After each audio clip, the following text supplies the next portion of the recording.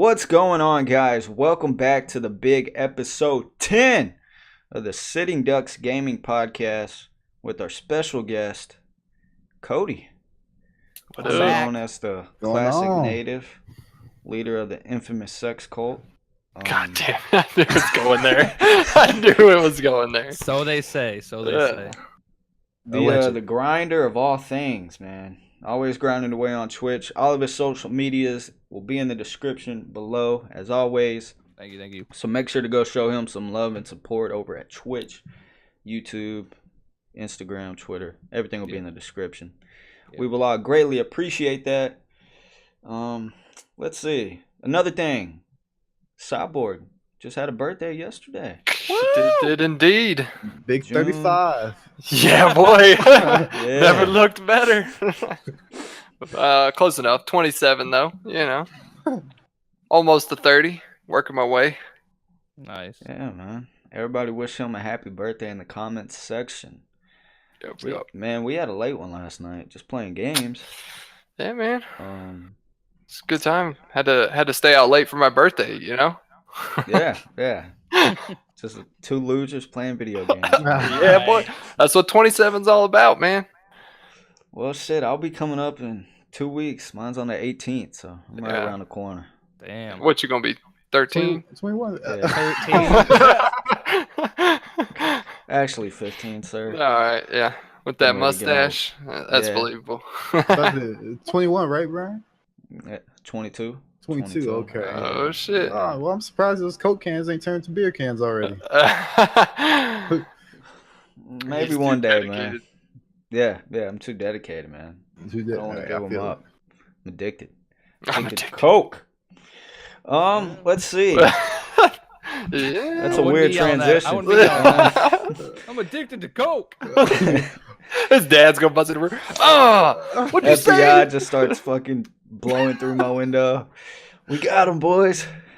Fucking under your bed, just fucking Coke. Just white dust. As soon as I hit the bed. Let's see. This month, we have decided that this month is going to be the month of horrors for everyone here at the Sitting Ducks. Yeah. So this episode of the podcast will go live Friday, as usual. If you tune in tomorrow, Saturday at 12 p.m. Central Standard Time, episode 1 of the first series on this channel with me playing through Layers of Fear 2 will start. And then every day after that, a new episode will go live at 12 o'clock Central Standard Time until, obviously, the series is finished. And then following that, Cyborg will be playing through Outlast for the first time, which I'm excited for that. And then, I think I need to pull out an insurance policy. Yeah. I might die. You're going to need some of that G Fuel to keep it going. And then after that, Triston will be hitting up Soma. So it is going to be the month of horrors for all of us here. So look forward to that. It's going to be a lot of dope content coming. All of us playing horror games for the first time. It's a ton of fun. So like I said, this Saturday, it'll be the day after this podcast goes live. If you're watching it the day it comes out, will be episode 1 of Layers of Fear 2 playthrough. And let me tell you, this game is fucking terrifying. I have a very love-hate relationship with it.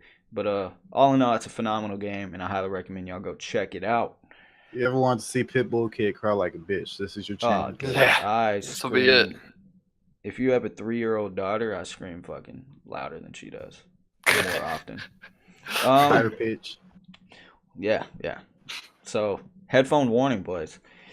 Let's see. Let's get into the big news for this week. We finally got a trailer for the new Call of Duty 2019. Modern fucking war. Dude, I said this in recent podcasts. If I see Captain Price, just take my fucking money. And they open it up to Captain Price talking. That's crazy. And then you just see him with that cigar, man. Just classic. It looks phenomenal. I can't wait to see the multiplayer, man. The campaign looks incredible. So we got some info on it. We don't got a whole lot. What we know now is there's not going to be a season pass. So I'm assuming all DLC will be free, which would be dope. Yeah, that would be nice. This would be the first Call of Duty that would be cross-platform play between PC, Xbox, and PlayStation, which that'll be really dope. Like about Really fucking big. time, dude. Yeah, they were talking That's- about whether esports would make it allowed to be cross-play throughout esports, or if they're just gonna stay on one platform. Well, But- from what I read, they're doing it like Fortnite, so where you only play if you have a controller, you only play with controllers. yeah. So Okay. with keyboards, only play with keyboards. Well, there's a way to set it where I mean that's besides the point, but console players know how to make it to where they play on internet servers and stuff like that. Like Yeah. Yeah, But- I don't know. It'll be dope. Dude, I can't wait for this to come out. So many videos are gonna come from this campaign. Me and Triston, dude, we're hitting up this Mold. fucking competitive, bro. Woo. We are hitting Nice. up these game battles, these wager matches. UMG. And we got a release date, October 26th, man. So it'll be right around the fucking corner. Yeah. These It's hands exciting. are ready to fucking play a meaningful Call of Duty. Oh, bro. I've been missing that like fast-paced competitive, man, that COD had. Like there's not really anything. Like you got Siege, but that's more like slow-paced kind of build Strategic, everything thoughtful, up. Yeah. You know, Counter-Strike is there, but I mean Counter-Strike isn't even the same game that I fell in love with. And then don't get me started on the fucking skins. Like COD, dude, I'm ready, man. This is gonna be dope. I can't wait. I'm sure we'll see more. I'm sure we'll see the multiplayer at this E3, which is what, in a week. Yeah, So, dude, I cannot fucking wait. that'd be a good I time to was release the pumped. multiplayer. Captain fucking Price is back, baby. And apparently, this is gonna take place before Modern Warfare 3 Nice. took place, because you're gonna have Soap and all them in there. And spoiler Yeah. alert, they all Bro, fucking it's died. fucking amazing, man. Dude. Like that's the best news we could possibly It get. literally, I feel like someone has a wiretap going on, like when we're recording right now, because usually when we talk about it, it happens. Oh yeah. And as soon as you said fucking Captain Price, dude, as soon as I saw that trailer, I was like, ah. Did they even think to Yes. mention Soap? Did they even Yeah. think of them? So Bro, they gotta hold out something. It's gonna be special though. I feel like they're really gonna actually like make it worth, like make it like after all these years it's just mediocrity. I feel like it's Mhm. actually gonna Yeah. be something, and then crossplay on top of that. It's just I can't wait. I mean, Bro, what, I'm telling you. 9 years? I think that's long enough. That that campaign alone is. That's what good I'm for most me. looking forward to. Like that. Mm. I'm just excited to see the multiplayer, man. That's the biggest thing. Like, 90% going of the time back when I to- buy Call of Duty, that's all I get it for. yeah, Yeah. well, of course, but Modern Warfare multiplayer or campaign has a special place. It really does. And then I mean, like I'm just excited to finally be using modern weapons in the Call of Duty. Oh, game. dude, I know it. I know it. Don't get me started. Like Blackout, watching it, and then like I never played Blackout, so I don't know shit about any of the guns or anything. But like when you're Mhm. watching it as a viewer, like they pick up some weird gun that doesn't fucking exist, and you have no idea if that gun is good or not. Yeah. Versus this, you pick up an MP5, and I'm like, all right, I see it. Got an SMG, okay. You I know what what I you're- could. Yeah, know what you can do with it. Like, Yeah. God, dude, this shit made my week. I'm for the first time in a while, I'm hyped. Nice. I'm definitely gonna have to be looking into them Xboxes. Actually, Upgrade. I haven't even watched the trailer yet. You- Oh man, what? go watch it, dude. It's Go worth watch it. it. It's worth it. It is Dude, worth after this podcast, everything I said about following him before, throw that out the window. it. Dude, you're missing I don't know. out. I think Blackout kind of just left a bad taste, so I just Oh, haven't- yeah, I on the haven't been pass. looking into any Call of Duty whatsoever, just because. Oh, Yeah, I agree. what was this Black Ops 4, right? Was the Yeah. latest one with Blackout? Yeah. This is the first Call of Duty I've never bought on release. Like, every other Yeah. COD I bought on release, day one, played it, enjoyed it to some extent. Well, I don't know about the enjoy part for the past couple. But Black Ops 4, I was like, dude, this is not the COD that I love or play or want any part with. So I didn't play it. Even when Blackout's free to play now, right? Maybe. Sure.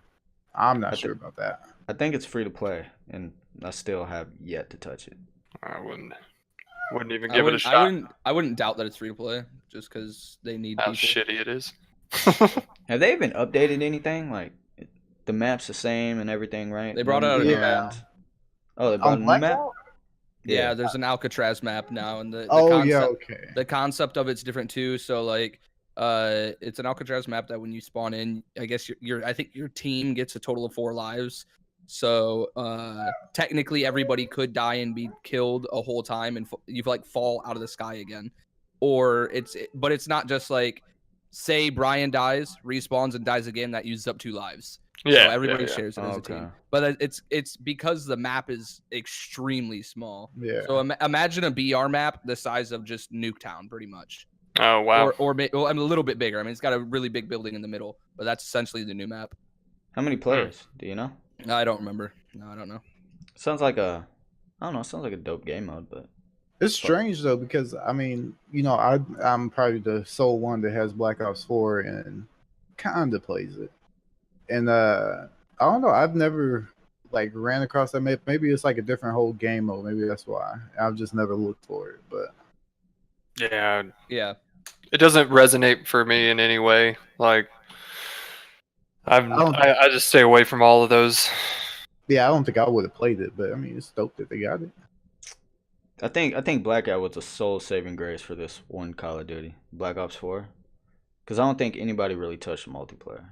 Right. Like soon as I heard they took kills away from multiplayer, I don't think there's any And now saving you- grace at all with that. and now you get like score, and it's like Overwatch and stuff where everybody shares kills, and I'm like, dude, that's not COD.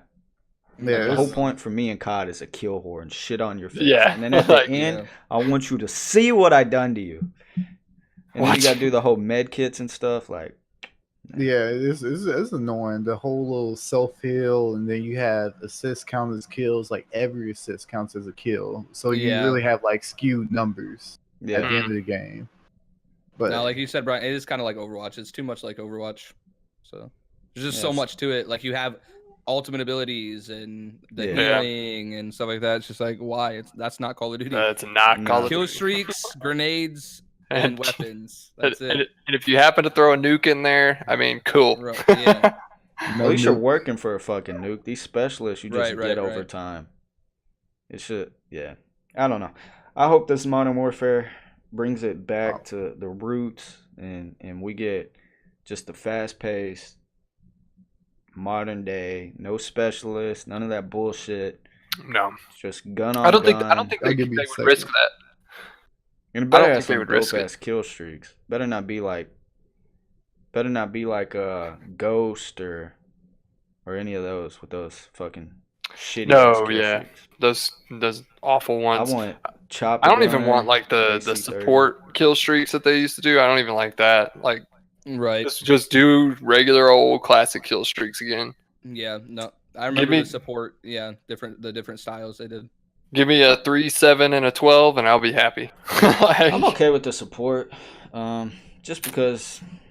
I mean, it's don't not know. like you were getting like kill streaks with the support. You're getting like UAVs and shit like Oh that. yeah, So, yeah, like, no, for sure. But like But- if you did 25 kills and I think you got to Yeah. that juggernaut, or whatever. Yeah. So I mean that was pretty cool. But I mean they could still make those kill streaks. Just Because the support one was where even if you died, you still had Yeah. Yeah, you still the had- points. Yeah, it wasn't an actual streak. Yeah, that's what they came out with that in Modern Warfare 3, and that's where 3, yeah. yeah. 3 was Dude, I actually wouldn't mind the one I having- put the most time into. Yeah, I wouldn't mind same. having the specialists back, man. Where every time you get a kill, you would unlock the perks. Oh yeah, I like Yeah, And then that. after That was cool. 7, you had all the perks. That shit was dope. They need to have more than fucking 8 perks if that's the case. Dude, I want the pro to come back. Pro variants. Like, you remember Modern Warfare 2? It was always Sleight of Hand Pro, Ninja, Yeah, Ninja Pro. yeah, Ninja Pro. After Because that, you had to I unlock never- it. Yeah, dude. Fuck. I That's want where that Commando back. launching came from. Oh, fuck that. Yeah. They can get rid of Oh, that. yeah. Commando Pro, you could launch halfway across the room. and Yeah, somebody- man. God, dude. I'm hoping this brings back COD to at least somewhat its former state. Yeah. I don't think the community's around anymore to like bring COD back to where it used to be, but I don't know, man. I mean, I don't think it's a lack of community. I think No. I think if the game is good enough, there's a lot of people that will jump back on. And there'll always be a competitive scene for COD. Oh yeah. Well, you got to think the younger generation, they're still going to play this, It's not going to be nostalgic for them, but it's a new Call of Duty still, so. Yeah.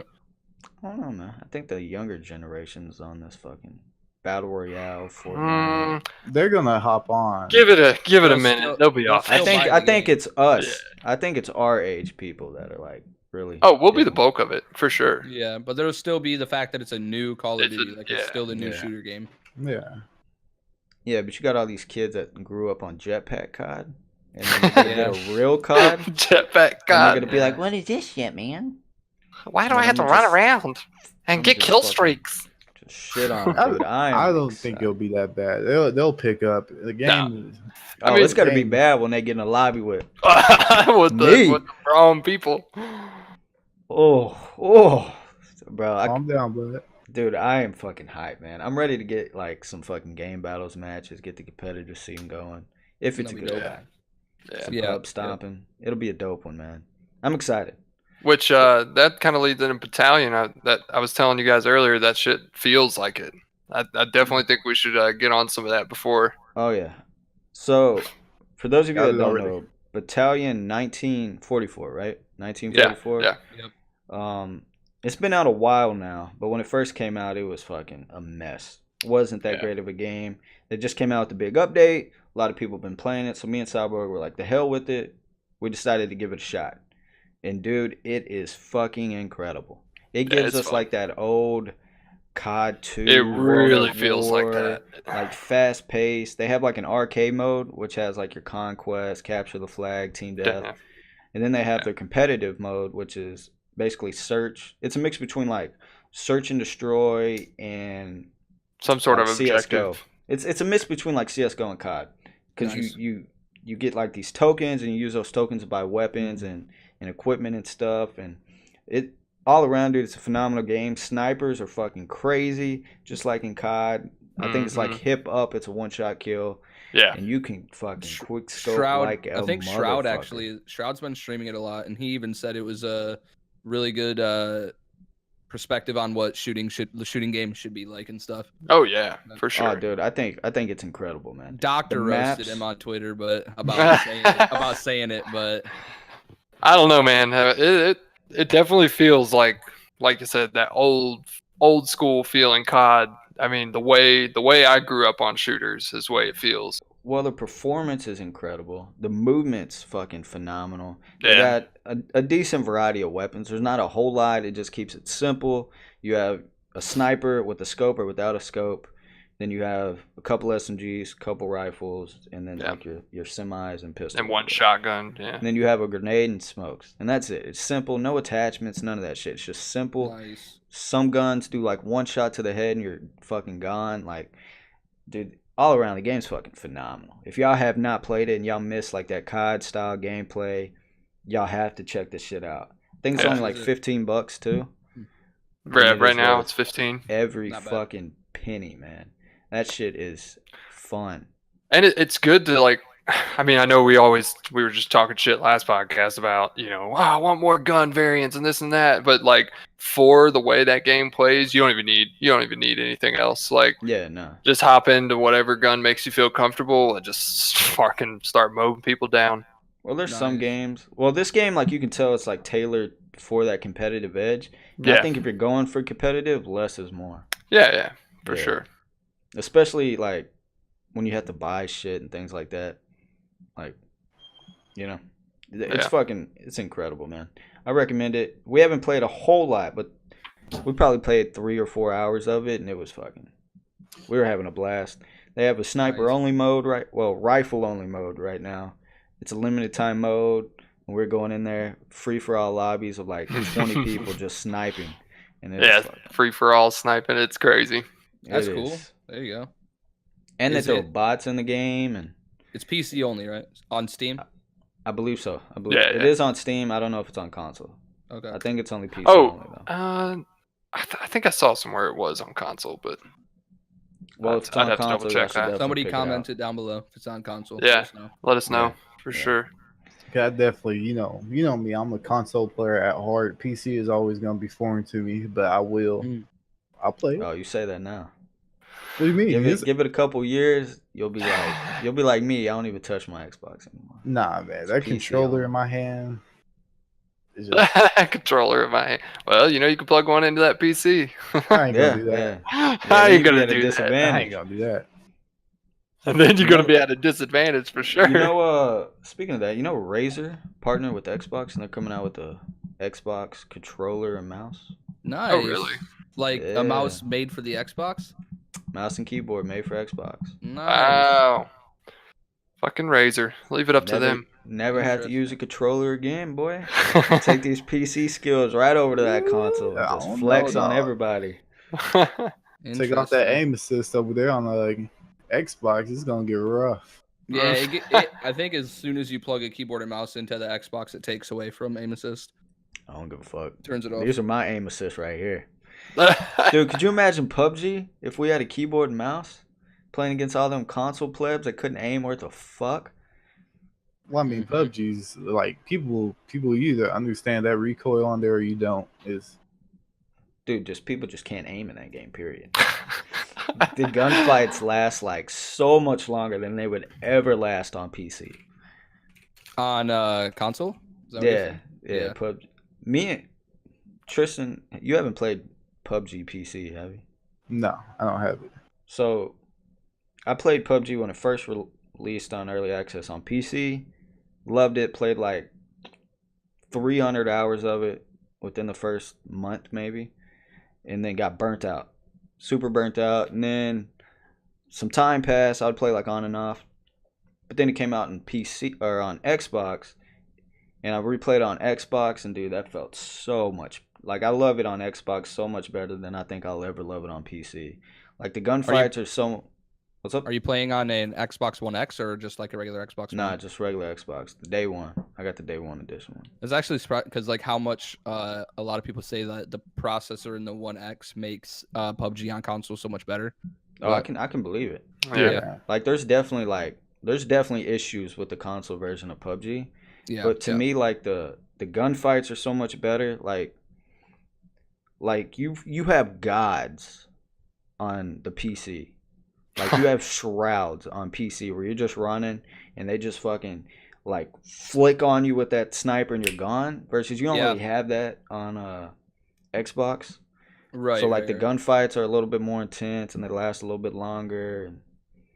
And I've Pitbull even went. seen mobile PUBG tournaments. Yeah, mobile PUBG is actually, they say It's that's booming. better than console PUBG. I've actually played the mobile PUBG. I have too. Really? Yeah, it's When I actually played not it bad. though, it was, but they fill it with a whole bunch of bots. It's kind of weird. Yeah. Oh yeah. But I mean, it's a lot. I mean, you got to think if some kid's playing on, I don't know, some 4th generation iPhone or something, he's getting shit on. Sorry, like my Or, like, iPhone the extra 10. big- if you got like a Galaxy Note or Yeah, something, the Note, like yeah. fuck yeah. Like, I mean, I was shitting on people and I was like, there's something wrong here, But I mean, it's what But, it is. It's still fun. Sometimes it's not even people, like he says, bots. And then Yeah. the Oh thing yeah. about There's the still bots. It's like the bots don't even do the same damage that people do. So you get shot by a bot and get like fucking 10% health off. And then when you Yeah. get shot by an actual person, that's when you'll see That's that when you health get start hurt. dropping. Yeah. Well, I will tell you, when I played it, it was a little, and I'm sure it still is. I don't know how they would fix this, but I played it. My first game, I won 17 or 18 kills. I literally found a vehicle and never got out of that vehicle. Run Just over ran everybody. everybody over because Yeah. nobody can really aim, especially Yeah. when it first came out. I'm sure everybody now has like those phone controllers and. Yeah. But yeah, I don't know. PUBG's fun, man. They just didn't update it enough, man. Didn't keep it fresh, and there's so many issues, man, with PUBG that they needed to address. That That's what maybe Apex they is did doing. now, but That's what Apex is. What is Yeah. Apex Apex is- doing? They're not doing anything. Anything. They came out with the shittiest battle pass in the world. That was Yes. a complete waste of money. They added a character and went, oh, okay, the game's good enough. Have fun, guys. Yeah. And they stopped doing stuff. I was wondering, like, because I haven't heard anything about Apex, and then like They're whenever dying, I man. whenever I see somebody play it, I'm like, okay, well maybe something That's happens. it. So I look at it, Yeah. it's like Nothing same. has changed. I just seen a video on YouTube of the voice actors of the game, and they were all talking about how cool it was. And one of the voice actors was like, "I hope Apex lasts forever." And I'm just sitting there laughing. I'm laughing like, "Nope, your game's already dead." Yeah, man, that quick. It's not happening, man. I mean, Dude, this Apex. It just came out too late for me, man. I'm already over the battle royale, right? Oh yeah. Yeah, I like battle royales. I mean, I like them, man, but I want, like me and Tristan were talking, we want like a realistic, like give me another PUBG. Give me like a realistic one with slow-ish movement. I don't need like all this futuristic building, jumping all over. Like, right. Just give me a realistic one. I'll be down. PUBG, like super better, like filtered and like cleaned up PUBG is what Blackout should have been. Like Blackout should have been a way better version of PUBG, like just regular Call of Duty style battle royales. They could have done it. I mean, they didn't like we're saying, they didn't need to add all the weird guns to it and all the futuristic stuff to it. Yeah. I mean, no, I agree. I think it was boots on the ground, right? Yeah, it's definitely boots on the ground. So like, but they took it and was like, yes, it's gonna be boots on the ground, but then it added a bunch of other shit to it. Yeah, that's like, it is boots on the ground, but there's a bunch of weird stimulations and like things that happen in Blackout. Dude, you're just like, man, why am I playing this? I want like really PUBG. I mean, I think it's too little, too late now. But like the biggest thing with PUBG was the fucking circle, man. Like, dude, that's what pissed me and Tristan off probably the most. They've had to update the circle like 50 times on PUBG. and I bet it's still it's the most changed part of the game. It is. Like literally, they had to do one thing: make it so you can outrun it late game. Yep. Bam, it's fixed. It's no longer an issue. Like that was the biggest thing. Like it takes fucking chunks of health, and you can't outrun it. And there'll be plenty of times where it's like there's an open field, and there's no cover from you to where you gotta go. So you can't just like fucking balls deep run there because everybody that's already in cover is fucking like either way you're dead. Like you're fucked, dude. And like Fortnite, like when we were playing Fortnite, it never seemed like the circle was really an issue, man. Like a circle would pop out and you're never like fuck. You can use the circle to your advantage. Fortnite circle is pretty like PUBG. PUBG, it's almost like the map's too big for no reason. Like, they give you the circle, and then it's all the way across the map, and then maybe you get a shit spawn, you don't see any cars, and it's like, dude, you're fucked. Yeah, you'll never make it. And then as soon as you make it to the circle will move again, and then you don't get a chance to loot or anything, and then the late game, the circle moves too fast, because that's when you're getting in the most gunshots, or gunfights, rather, and that's when you need to loot and get all your supplies up, but you just don't have the time. Fortnite, the end circle isn't like that until like the end. Oh yeah, the very end. It doesn't stop moving, but that's when the circle is like super tiny and you're like following it as you. Yeah, and it has to go. It's crazy too. Like when they updated it to make the circle where it was like moving outside into the zone. I was like, my mom just fucking fucked after that. Like it wasn't just closing, smaller. Nah, that bitch is gonna move over here. You gotta follow that shit. That shit just blew my mind. Yeah. I like that. I think that. I think it gives a better dynamic. Like I mean, you're not so doing it. I mean, why not? Especially if yours is more sustainable, and nobody wants, like you said, nobody wants that PUBG shit. Nobody wants to die in 3 seconds, you know. Right. So if you got it the way Fortnite is, you might as well just move it around. Mm-hmm. And the thing is it's surprising that a lot of BRs don't do what like Fortnite does, because Fortnite clearly has started as their base game and just grabbed so many different things from other games. Everything. I don't know why other BRs don't do that. It's like the other BRs are just like, we're this brand new game and we're different from everybody. We want to be this game, you know. And it's like, look at Fortnite. Fortnite's actually like every game combined, and they're the biggest one. They literally, Apex came out after them, took they fucking revive system, the reboot card system, they shit, and then just like. What are you now, Apex? What are you now? Well, the thing, in my opinion, that Fortnite does better than every other game is they update it constantly. For better or for worse, there's always new shit, new guns. And they're changing it. So, like, you know, I mean, they're not letting, you know, one part of that game ruin it for everyone. Right. So they'll change it. Even if it's something that's good to their game, they'll change it, switch it out. They're not afraid to take risks. Like, they made plenty of shitty updates. But Planes. like then they'll go back and amend it. And then, Blades. but at least they're adding shit. You got like Apex, you got PUBG, Blackout. Like They those should- are yeah. the big battle royales. None They of them fucked are up. updating their shit. They're all fucked just up. sitting on their ass compared to Fortnite. Yeah. It's tough, man. At Give least, us Go ahead. I'm give just us gonna a say, modern day, like dope ass PUBG that updates like Fortnite with good updates. Mhm. It'd be good to go. It's tough though. I feel like this is a perfect transway into what I was gonna say about the balance between content, the updates, the needs and demands of like the people and the gamers. Yeah. Because you look at a company such as Fortnite and Epic Games, and you see that they're constantly week in, week out putting tons and tons of hours in as like developers to get us that content that we want. And then there's other games that are smaller that do smaller updates, little tweaks and fixes, but it's not nothing major. Mm-hmm. That smaller game does get shit on. Like in our case, Brian Wine brought up was World War, was it 3 or whatever? Yeah. Like yeah. that's a smaller game, but it does constantly update, try to fix itself, but it's like it's dead. And it's like people don't want to support that game even though it's trying to take the right steps. Yeah. Well, I think the issue with that is like Fortnite came out with a phenomenal product right out the gate, right? Yep. Versus you look at like World War 3 came out buggy and had a whole lot of issues. And that'll drive people off Yeah, real and that's quick. what Fortnite had some issues though in the beginning, but it had issues, but it was still. I don't think like, it had many like major performance No, issues. it though. it didn't have too many major performance issues with like glitching and everything. To be honest, the building and stuff is more glitchy now with people jumping through walls and stuff. Yeah. But like the hacking and all that stuff was really prominent when Fortnite came out. But really, the first thing that Fortnite did, it was the first free battle royale. It was the first one that came out on that was all instantly platforms. free. Yep, on all platforms. It was the very first free battle royale.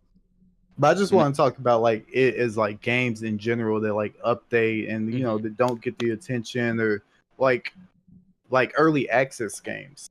Like such Yeah, as I really that. think it depends also though on the consumer that's they're shooting for.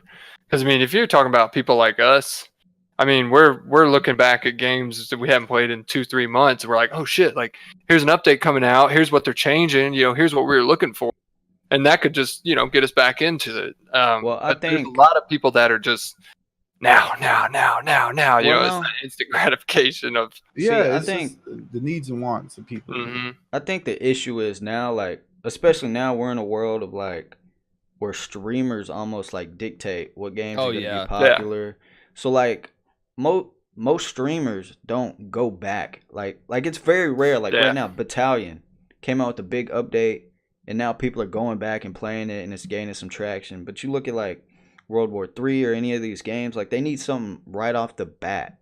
Like if you come out with a half-ass product, like it's much harder to get that audience back than if you come out with something that's like that's on the right track or at least a decent product overall that's going to keep some players. And then as you update it as things go on, and you got to stay active or at least talk to the community and let them know like, hey, we're working on shit, this is what we're doing, da da da da da. You can't just like a lot of developers, they just ghost. They just go ghost. As soon as they release a product, as soon as it starts dying, they either don't even attempt. Like H1Z1. Or they're looking for something else, H1Z1's huge example. Like H1Z1 ghosted. They came out with updates that nobody fucking wanted. Bro, they relaunched the whole game too. Yeah. Dead again. It's just I'm just like talking in the aspect of like, when did we as gamers become so like, who ever asked for content back when we were playing like the original CODs and Halos? When did you ever hear anybody? Yeah, but ask for content? we got more games. Time, though. Yeah, we got different time. Now's the era of money where all these game developers, they want money. So we're getting products that are half-assed, that aren't nearly as good. When we were younger too, for us, it wasn't about updates. There wasn't updates. It was when the next game of that genre was. It was when the next Halo was coming out. That's what it was. Or we knew that like we'll just say Call of Duty Black Ops, like the first one. We just knew that there'd be DLCs sometime. Yeah. Nowadays, everything is so involved with online that's why we're getting so many constant updates, and that's why people are like that now. People are so like, when are you gonna update the game? When are you gonna update the game? When's something new gonna be added? Is because every company is so involved in using online gaming now as their way of putting their game out there that there can be constant updates. Exactly. When we were playing games, it wasn't. You waited a whole year for the next game to come out. Yeah, which made it more we got hype, finished too. products. Yeah. Well, you got finished products. We paid a good price. I mean, we paid the $60. You know, I mean, nowadays it's hard for people to spend that on games because they're, like you said, they're worried about that. They're worried about getting something that's not going to get finished or not. You know. Well, in the gaming community's age has completely dropped. Like the average gamer is so much younger, I think, now than when we were playing games. In my opinion, I believe that. Yeah, I can see that. Yeah. I mean, I can remember my dad playing games. Like that's how I got into games. Like he doesn't play games now, and I don't know any of the kids that I play with. Their parents play games. You know. Right. It's just sad to see because the only reason why I bring this up because like literally right before we started, I watched this like 20-minute long video on YouTube by Big Fry. He's like 11,000 subscribers, kind of smaller, and he was just like ranting about it because like he really supports early access game, and not much player base behind it. Tries to get his little following behind it to support the game, support the studio that makes it. And it just really bothered me because I'm like, dang, man, because there's smaller studios working on games just as hard as, Fortnite or something, but just can't put out that content like as demanded. Yeah. And it just gets shit on. The game's labeled as dead. Don't play it. And it's just like sad to see because you want more games. A lot of it has to do with marketing too, man. Like back when I was streaming, me, Chris, which is a buddy of me and Cody's, we were constantly looking for early access games so we could play. And this is back when survival games were big, right? Yeah. So there's this game that came out, H2O, and it was like a new take on survival. The whole world was just nothing but water. You were on an ocean. There was like islands around, and then you had to like build this giant raft base, and there were ships and all this stuff, right? Phenomenal game. Had a ton of fun. The devs were constantly in there, but it's no big streamer or YouTuber caught on. There was no real marketing done. So unless you're specifically going through the early access page to see what's coming up, like taking risks. Yeah, there'd be no. And we all played Rust, so we know how it is. Like if you build a base and you get raided, like that kills your fucking motivation. So if you start out only having 100 players, and then like you start raiding people, so they start dropping like flies, and then a month down the road, half your viewer base your game base is gone. And then you got me that might not know what your game is, so I buy it, and then I go in and I see you have one server with 3 people in it. I'm like, all right, this game's dead. I got to get the refund because there's nothing else. Like, I was watching a video from this dude named Big Fry, and he doesn't have 11,000. He has over 100,000. Oh, he has over 100,000. Excuse me. And he doesn't. It's like that's the same guy I just brought up. He doesn't pump up early access. He fucking shits on him, dude. But there was this one FPS he was talking about, and it was this dope ass FPS that got no marketing, no nothing. It was kind of like a COD 4, like fucking phenomenal. Problem is no marketing, no players. So when you buy the game, they didn't even have bots. So there was no way. There's nothing. You can't play it in any way. So what do you expect people to do? They gotta refund it. There's nothing to like. Game developers gotta like think this out. Like, of course, not everybody has like the budget for big marketing. Yeah, the time. But you gotta put things in your game that help it out. Like instead of hinder it. Like if you're coming out with a Battlefield, right? A new Battlefield, World War III. Put bots in there, man. That way, if I buy your game and the player base is low, at least I can go in and play against bots and have fun. Yeah, it's just lobbies. They could work on a system where it's just a lobby system time where if it doesn't fill in a certain amount of time, they just autofill with bots, which isn't that bad because I mean most lobbies you'll probably get like 10, 20 bots, which isn't terrible. Also, like on the other side of like what Tristan, what you're saying is the smaller companies don't get attention. One thing like we just seen it happen, I think this week or last week or whatever. Dauntless is that game I brought up when we were, I think 2 weeks ago or 3 weeks ago when I was on the podcast. And it was free for the longest time, but nobody talked about it. Nobody said anything about it. It came out on beta or something. You could buy the different forms of the beta, however much you wanted to fund their company. And it went the devs went ghost for a while, and it's just whoever knew about it, and they played it. Now it for games that are smaller and don't have much backing, they have to do something just ridiculously big to make their game noticed. Dauntless, they made sure that they again started marketing a little bit to make sure everybody knew it was free, but then they put it on console and it was free as soon as it came out on console. So if more of those smaller communities do big things, they might they might pull more people in. Because that's what it took. Dauntless went from 400 people on, well, I'll just say Twitch, for instance.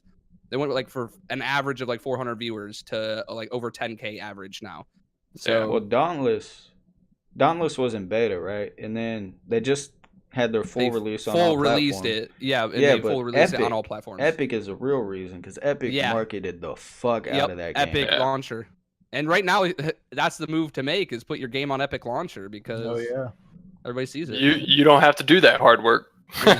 It's just tough, man. You're playing a game of lottery. If you're releasing these small games and you don't have a chance to really market it, man, you better make sure you have at least a dope product. That way, when people have it, they have something to grab onto. This is one of those things where I feel like we as a gaming community, when we see smaller games that aren't that are constantly updating their game, working to get to that better, state for us. I don't feel like we should label it as dead and, shit on the game. Well, I mean, if it's dead, it's dead. I still think it comes back to the consumer though. I'm still giving shots to games that I mean are dead. They are dead. Completely in the whole term of it. But I mean, if if something comes out that piques your interest and you go back to it and you enjoy it, I mean, there you go. And that's something that, obviously the devs have to stick around and they have to, put a little more time or thought into why their game is falling off. I get really interested. It comes back to game developers have to help themselves. Like I said, like The Hidden, for example. That game's old as shit that we just started playing, and it's fun as fuck. But it's a pain in the ass to create a server. Game developers, if you're making a game, have it easy to create a private match with people. SCP Containment Breach, the stupidest game ever, man. Super simple, horrifying, and all you got to do is click create a match. I don't Mortal. This game just came out, badass game, right? A game that I would love to hop in a fucking private match and just chop each other's heads off. Squad and just go at it. But for some reason, there's not create a private match. I don't get why game that should be a fucking set. Same with Insurgency. I had to go through all this trouble to get us a fucking server. It is such a pain in the if you're gonna create a multiplayer game, have bots and have a way to easily create some kind of private match with your friends. And like you said, streamers have so much control over what games are popping right now too. It's almost stupid for why did, for instance, the biggest game out right now, why did it take Fortnite so long to give access to everybody to create custom lobbies? Every game nowadays should come out with a way to make your own lobbies. So, because if streamers really have that much control over what game is popular, that means who are they going to be playing with? Number one is probably their viewers. Who always is trying to stream snipe the streamer, their viewers. So if every game that comes out, you have a way to make custom lobbies or private matches and your viewers can just hop in with you, that Mortal, that'd be awesome. Can you imagine if it has a way of making a custom lobby where 300 people could join the same lobby and you just have a wall of people crashing into fighting each other in Mortal, and you know that it's your community there. So, not to mention the more popular and marketed your game would get, and I'm not saying that happens all the time, but sometimes with streaming, if their fans aren't into it or their fans can't buy it and play it, or they can't, dive in the same way that they want in other games, the streamers aren't going to stream it forever, I just feel a good example. Could you picture if Human Fall Flat? You had to create a server. You couldn't just create a game and play it. That game would be dead. Yeah. but just have one feature: being able to play with your bud. Mm-hmm. I mean, I really think the human fall flat aspect, I think they really save themselves by making the little sandbox, whatever, where people can create their own. Oh, the community. Yeah. I feel like they 100%. really save that. With that. Well, human fall flat's a little different because that's like you. It's a play very through specific too. But yeah, but when me and Cyborg played through it the first time, we played through it way before they had the way workshop. before. Yeah. Yeah. And I felt like I got my money out of it. It was a Just blast. 5-6 hours. It's one of the most hilarious games I've ever played. And now that they have the workshop, obviously it opens Adds up that replayability. endless possibilities. Yeah. Yeah. More creativity to it and stuff like that. Example would be Minecraft. Like the base Minecraft's dope, but you take all the texture packs, all the mods, and sit out, it wouldn't have been nearly as big as No. it was. Like you could get mods and stuff to add whole storylines and stuff to the game, to Minecraft and stuff crazy. now, which is Make crazy. it a totally different game. Right? Yeah, it does. I think one thing that, like for me, that I always think about is companies that have a really big game, and then they come out with a second game. Obviously, we see Call of Duty; it took them a long time to get to the point where they are, but like part 2 of games, why they just come out with a second game and it's just shit. Yeah. That's what I don't. It kills me seeing games like that. Like Destiny. Destiny 1 was good. Everybody loved it. It was great. The community was massive for it. I mean, what's his Never played Destiny 2. King Gathalion Yeah. and Professor Broman. They like made a Destiny con. Like they made whatever, I can't remember what they call it, Guardian Con or something. Yeah. And because of Destiny 1, and then they make Destiny 2, and it's just like, oh, we fucked up somewhere. Because it died. And then like Division 2. Who even talks about Division 2? Me and No Triston were talking about that. It's crazy to see. Because I games like go from Division big to just 2. dead. I like Division 2 way better than the first No one. one plays it. I know. I don't understand it. Because I like Division 1 so much, or Division 2 so much better than I enjoyed the first That's one. kind of stuff that goes on my mind. I'm like, how does a game like? How do you what let that happened? happen? Right, Like, how right, do that's you, what I'm as a developer, like, and especially if you've already created something genius, like, was it just a one-trick pony? Like, that's just all you had, or or did you They just just half-ass lose their that way. shit? like State of Decay 2. Oh, please don't. That breaks my heart to this day. Undead Labs hurt me with that one. Fucking hurt me so. Did you think Division 2 was better than the first one? No. No? Division, what I'll say about Division 1, it reached a high that it could not get to. Like after you beat the main story, you go into the Dark Zone, experience it, you get that fucking rush. But then it just dropped off a hill with no updates, no content. There was a bunch of bugs that they did not fix. Like, why not agree. just make Division 1 great and continue to update it, fix it, and yeah. add stuff instead of making a second game? And I personally think that's where sometimes was like Destiny as well didn't need to make a Destiny 2. Like when I heard Destiny 2 was coming out, and there's like, yeah, it's just going to be basically the game with different storyline. It's like, why didn't you just add expansions to the first one? I guess just keep adding raids. Like I guess example on a world like huge scale example, World of Warcraft. Yeah. World of Warcraft didn't completely shut down World of Warcraft and make Burning Crusade. They didn't completely shut down. They just said, here, pay for this expansion, and the game just gets bigger and bigger. It and just bigger keeps on going. Like that's what companies with ideas of making Division 1 and 2 or Destiny 1 and 2 or didn't Watch Dogs. I mean, I guess Watch Dogs is a little different. That's more like Grand Theft Auto. But like, yeah. But if they have those ideas, especially if in their first version of the game they're already adding expansions to it, and let's be honest, most of the expansions in games like Destiny were just adding raids to the game. Yeah. Why wouldn't you just stay with the one game and add massive amounts of updates to it? Well, I think they all just had flaws, man. Like Division 1, the problem with just adding stuff to Division 1 is it's based around multiplayer.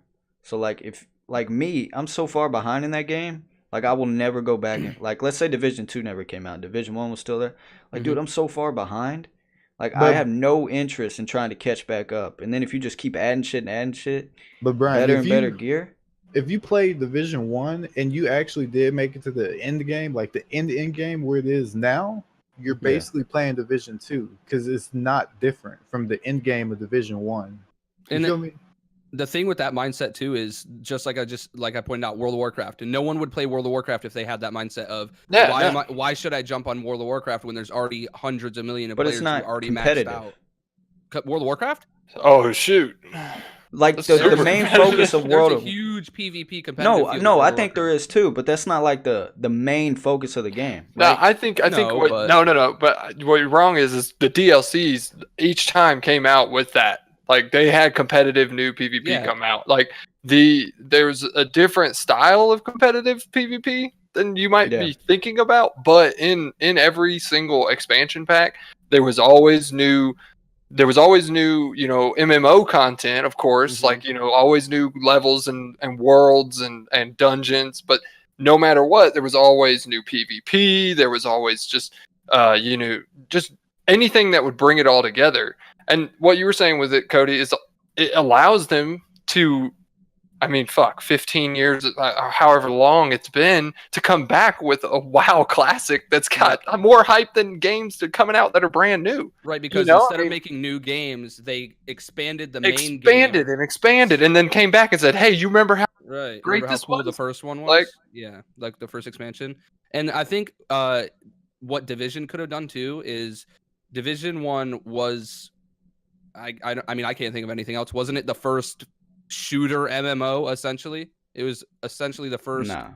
No, I don't know any other. It was MMO like game. it was like the first survival type game. In my opinion, MMO. though, like a game like that, why not take the idea of, I didn't play Division 1 really at all. I played like the beta, so I don't really know how much the end game, like into the end game and stuff. But why not add new zones? Just add an expansion, add like literally a whole new city you could travel to. I'd be down with that. There's new missions in a new dark zone, so the map completely is different now at that point. And from my knowledge of Division, you're in the dark zone, or I'll just put it in that sense. You're in the dark zone and you can find the NPC bosses, right? There are NPC bosses and stuff. Yes. Why wouldn't they make instances though? Like I think they could make instances where you queue up with a team and go into an instance and do raids in a game like that. But that was like for Division 1, it's centered around the dark zone. Like that's the issue with just adding stuff, because like World of Warcraft, Destiny, and all them, while they have a giant PvP base, like the main focus is still like the raids and the like MMO aspect. So like same with RuneScape, like they have a big PvP community, but the main thing is bossing and things like that. Versus Division 2, the main thing was PvP, was going in there and shitting on people. So like if they added instances though, in that case, it would just add a whole nother aspect. Right, it would add a base to where I've got to grind an instance for better gear to get better gear for the dark zone. And then also if you're adding a whole like new zone, like a new city, that's a new map, so you are still feeding into the PvP. You have a new map, you're obviously going to have newer I'd be okay with weapons that. and stuff, content. I think the problem that a game like Division runs into with PvP, like you're saying, Brian, I agree that it's probably heavily PvP, is that being a shooter game, I think shooter games with like specific guns and weapons somehow struggle with, like, World of Warcraft can say, well, we've nerfed Spirit Bomb to only do 2.5 damage instead of 3 damage over 3 seconds. I agree. Games like shooter games and Call of Duties and Destiny, I think, does it's hard to make bit. things bullet sponges. It's hard. It's hard to as they update the game, because sometimes that's all you need in an update. Sometimes some of the updates that happen in Fortnite and WoW is simply, oh, we've taken this ability or this spell and minusculed it, and like double pump when they got rid of that. Changes the whole dynamic. It's just I feel like the Division, it was just the problems lied with in the first one with them not fixing their problems soon enough. The second one, they did not capitalize on the anticipation, and it was just like after you do the grinding and you get your weapons and your gear, it's not much there for you. Well, and that's another question: is do you think that they come out with the second game just as an excuse to try to fix their problems from the first game? No. But like I said, but my thing was like the reason I say the Division 2 was better. Like in my opinion, Tristan, you can correct. Like the gunplay felt way better, right? I'll give you that. Like the movement, the gunplay, everything felt way better. Just for whatever reason, the Dark Zone was just like dead. Like I cannot explain it. Like the Dark Zone's the main focus of Division.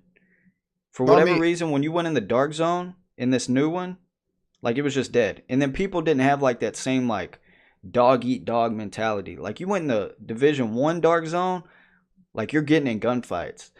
I played a whole bunch of Division 2 Dark Zone, and you'd be just running past people. Y'all be killing bosses together. You'd get like super low on health, which if I saw somebody super low on health, you're going down, bud. Like that's the thing though, because the Dark Zone in the Division does not matter until you hit the end game. Like so you have people playing all this content that isn't specific to it. Yeah. If you get in the Dark Zone and you're like Division, you go to level 30 and that's the end game. After you get level 30 in the real world. If you go into the Division or the Dark Zone anytime before that, you're wasting your time because you're not getting your max loot. You're not playing with other players that are like end game grinding. You're literally until you hit that level 30, the game really like does not start in the Division. And why would you go and play something like that when, let's be honest, a shooter PvP, you have unlimited options out there. If you want to just skip that level, all the way up to 30. Yeah. I think the only reason go ahead. Is like in Triston, I think you can like the getting to level 30, it's not that interesting. Like the story, it's fucking the raids in that game, like it's the same couple bosses. You go in like, oh, you gotta save this guy, kill these guys, do this, do that. Like there's not a whole lot. Like at least Destiny like had dope ass raids. Granted, like you would get this gear and have nothing to do with it other than to do that raid quicker. But Division 2 or Division 1 and 2, like this was my biggest pet peeve about Division 1 is like they really had no variety when it came to bosses. Like it was the same enemies over and over and over again, dude. So it's like just getting to level 30 is such a fucking boring... I think it's more that other games are able to build their player base off of more like WoW building it off of the MMO platform.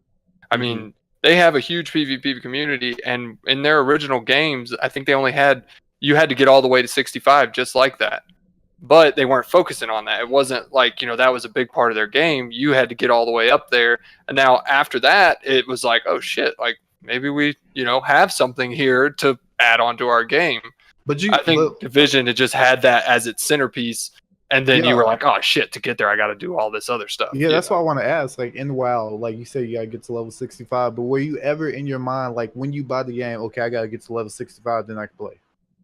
Like, no. When you first played it, and here's the other thing too, is when you first played it, it was literally one of those first games, and obviously so long ago that, I mean, it doesn't, WoW in its first form doesn't even relate to games now because it was just so new. I mean, like we talked about in the last podcast, dude, I mean, that was the first game that I played with friends grouped up. Like, I mean, this was early 2000s, and that alone for 40 to 50 levels was enough to keep millions and millions of players.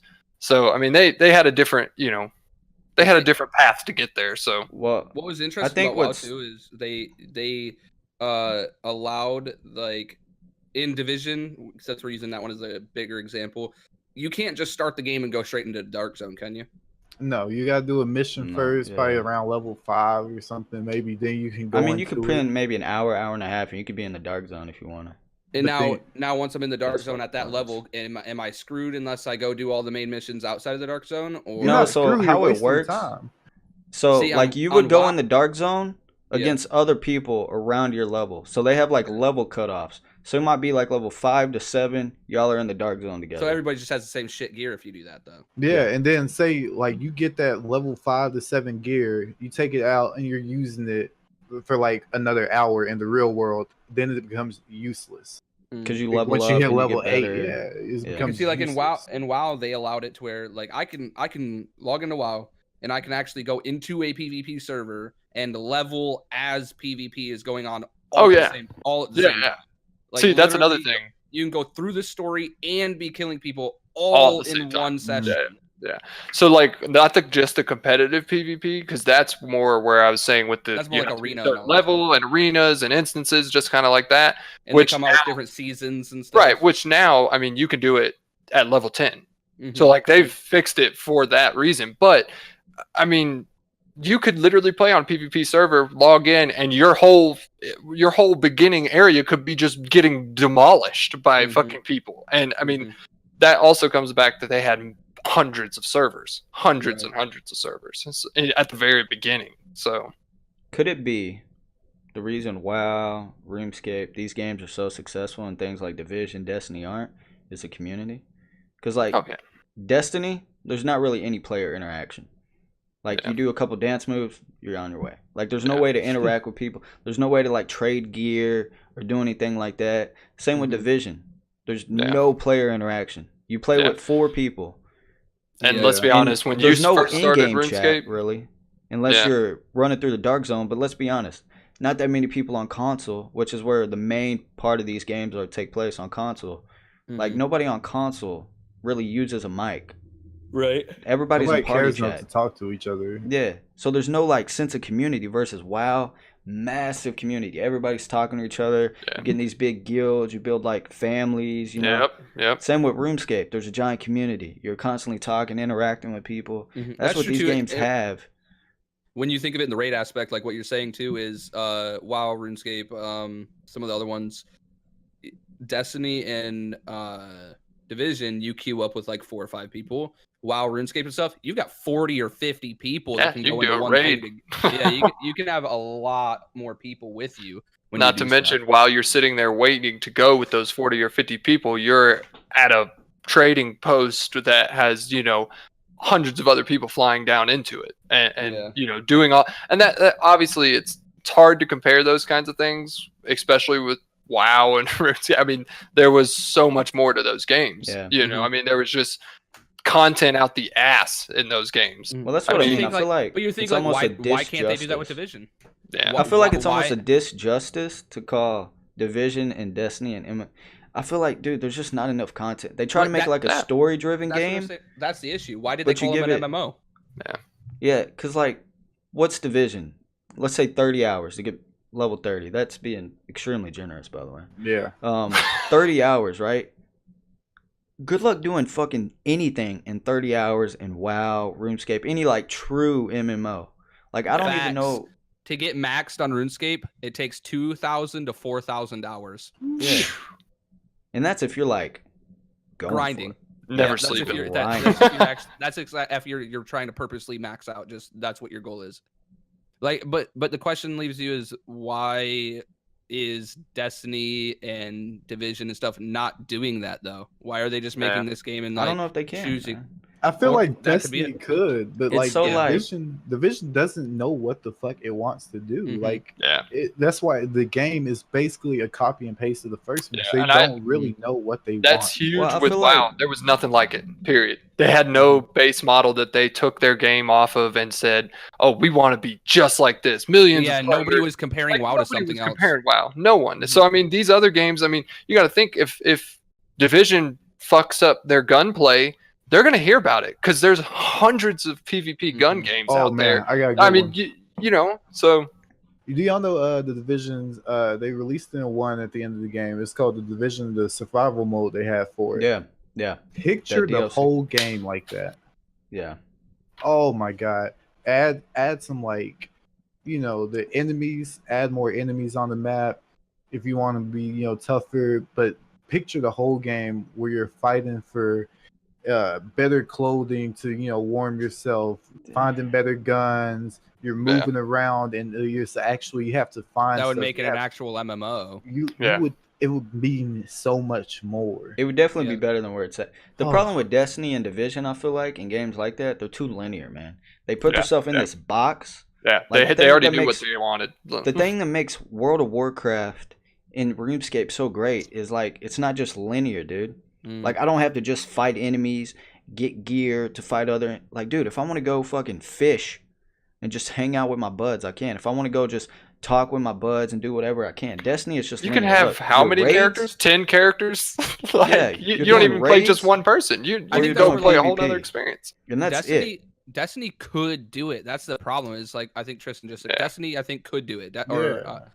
Because the reason why like you're saying it's linear or WoW and RuneScape isn't is because WoW and RuneScape isn't you quest, and as you quest you get level higher because like that's what Destiny and Division is. You quest because I'm level 1, and the only way to go to the next section of the city Is to do these quests and get there. Yeah.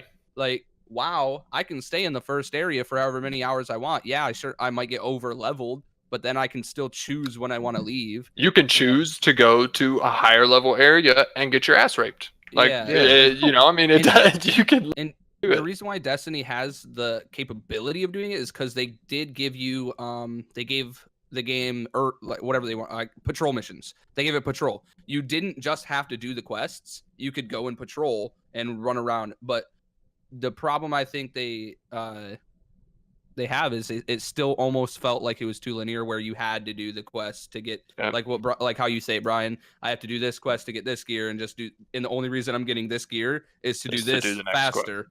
That's the biggest problem with Destiny, right? Like you complete in-game raids to get dope ass gear to complete that same raid faster. There's literally nothing in that game to use any of that. You go to PvP with it, everybody's like base stats leveled out, so it doesn't do you any good there. So literally you're only getting that raid shit to do that raid quicker. And it's not like you can get like a duplicate and sell it or do anything. You're just fucked, dude. There's nothing to do once you hit in game besides do that one raid. You do it 10 times, cool.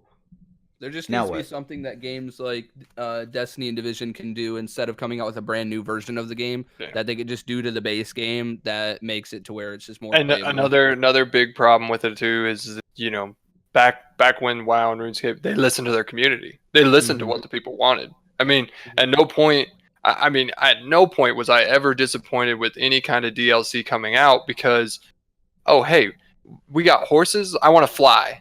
Well, fuck it. Here you go. Like, you want to fucking fly, you know? Oh, you guys are getting a little bored with just doing quests. Well, we'll only make this a 5-level, you know, DLC, but we're going to put this massive 60-man PvP in there that has never been in the game before. And I mean, so they listened a lot better. Call me crazy. Maybe they're just limited because it's a fucking console game. Oh, 100%. Well, yeah, that on too. PC. Destiny and Division are on PC, are they not? Yeah, but they're limited. That's a problem. You don't see WoW, RuneScape. But think of it though. You have Destiny is on PC and Division is on PC. Yeah. Okay. Unfortunate enough, screw the console players. Extend the PC. Make your game. Make your game. If WoW or RuneScape was on console, those versions of WoW and RuneScape would probably suck. No one would play it. Well, but that doesn't stop them from updating it on PC. PC, you can update. But that's what I mean. It's not on console, and you're not talking about a AAA company that their sole purpose is to make money. Yeah, that's true too. I mean, so like Bungie and Ubisoft, they only give a fuck about making money, man. I think that's another big thing that comes in with it is WoW had such a huge player base from the beginning, and when they realized that they were making money and a lot of it really quickly, they didn't sit back and go, all right, we did our job, that's it. You know, they filtered all that money into it. I think also it might not have any effect on what we're talking about, but maybe if any MMO game, like what if Destiny and Division were games that you had to have, like World of Warcraft and RuneScape. Why can they do so many updates and why do they get so much money? You have to pay monthly for the game. Yeah, that's what I was just about to say. So what if Division and Destiny were monthly based games? I think that might be, it might not be. It might just be like, oh no, it's still the same game. But maybe if Destiny and Division were like, yep, this is an actual true MMO and you pay monthly, like $7, whatever it is, that might allow companies to broaden what they can do with their game and stuff. Yeah. Especially quoting it as an MMO game.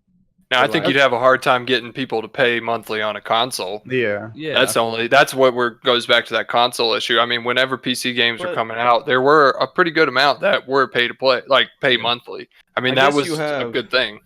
guess we have Elder Scrolls, right? Like that's pretty Yeah. successful, and that's on It's still console. going. It's still doing pretty good. Yeah, I didn't even think and about what are they that. doing? They're not making Elder Scrolls 2. They're just making expansions. They came Mhm. but the thing is But they already have that world. I was about around to it. say the Yeah, reason yeah. why they can do it is because they made Morrowind, they made Hammerfall or whatever it was. They made all the really old Elder Scrolls has been around for actually a long Yeah, time. long Yeah. time. Yeah. So Elder Scrolls Online coming out was perfect because it could go, Here's it just all. just take the map from Oblivion and toss it in the game. Oh, take the map from that game and just toss it in the Yep. game. Yep. They already had the worlds, like what you said, Brian. They already had all the worlds. So they could just grab it, and whenever they feel necessary to add new content to the game, they can just be like, oh, and pull it in.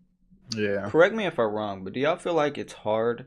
I feel like it's infinitely more harder to take any game with guns in it and make that into a successful MMO than if you I have was like just about this to say that. fantasy world. Yeah. with Yeah. I was about to say swords and maybe magic. Elder Scrolls is successful and WoW is successful and RuneScape's successful. Yeah, because it's fantasy. It's just fantasy, magical, weird stuff. Yeah. You can put a shirt in those games and make it the most coveted item in the game. Yep. Yeah. Yep. And it easily. Yeah. That's why I think you limit yourself when you're talking about why would someone come shoot guns on your game when there's so many better ways to do that. There's so many Yeah. other games that you can have a blast playing PvP. I feel like people, when it comes to a shooter MMO, they would just much rather just go play team based. Yeah. Much rather just go play a I team did. based It's already up there. TDM and stuff like that. Yeah. Well, I think there's like a precedent with shooters out there where you have like where when people have a gun, they expect it to do a certain amount of damage or whatever. Like I can't remember this one game that came out a while ago. But it was a multiplayer. It was kind of like DayZ mixed with Escape from Tarkov, where you had like a stash that you could put shit in, but it was just open world PvP. They had like enemies that you could fight. But the problem was they had damage like Division. So you would see enemies from far away, but you knew that from this distance there was no way that you could kill that guy in time before he got to cover. So like let's say you're playing Division 2 and you have like this high powered rifle. Like in your mind you already have like these preconceived notions of what that sniper should do. Like we all play games where like you hit somebody in the face with a sniper and you're like, dude, how the fuck are you not dead right now? Like you just automatically going into a game with guns, I feel like have those preconceived notions, so it's just gonna make it that much harder. Like Division was such a bullet sponge, it was so aggravating. People just rolling around while you're just But that's the thing that kind of adds more of an MMO effect on a game, though, is because look at any MMO, the weapons or any item you use that does damage never is a base. There's never it's gonna do this much damage. Yeah. Right. There's always like WoW does Percentages. it. When you get a sword, it's like 2 to 4. It doesn't just say it's gonna do 4 every time. Yeah. Yeah. And you could miss.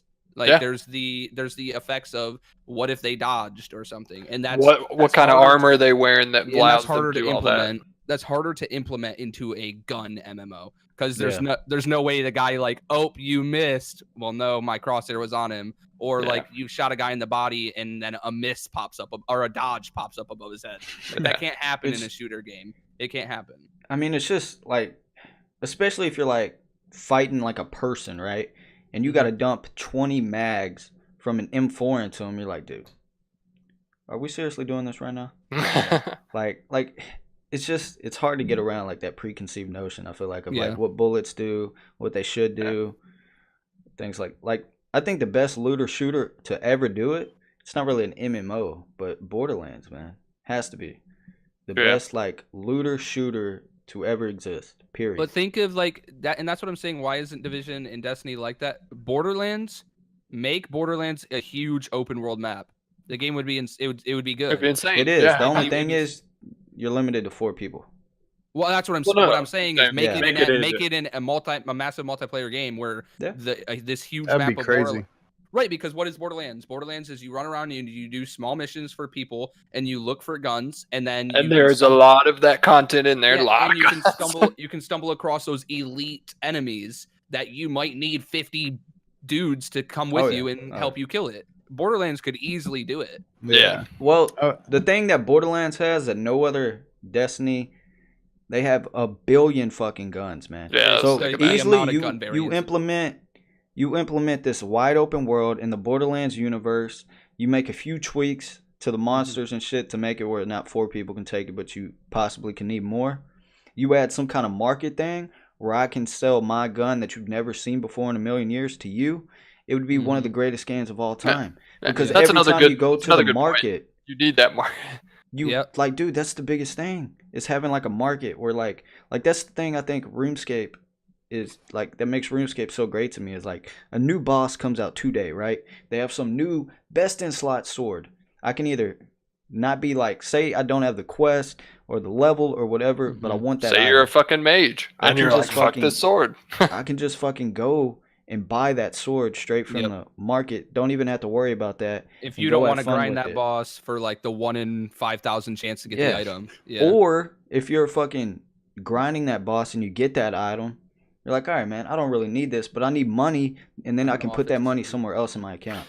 So you can Yeah. just go and like, dude, that's where I feel like you need some kind of market thing in a MMO too. And Borderlands would be perfect for that with a billion, million, gazillion fucking gun variants. That'd be sick. Yeah. And like you said, what's also harder to implement, and like another to lead into it is that the first thing you said was, could it be that just making an MMO gun like purely not fantasy shooting game, could it just not be the right move to turn into an I MMO? think so. Because one of the things, and you also said this, one of the things that all MMOs have is, in RuneScape or WoW, there's not just sword fighting and casting spells. There's so many other things you can do.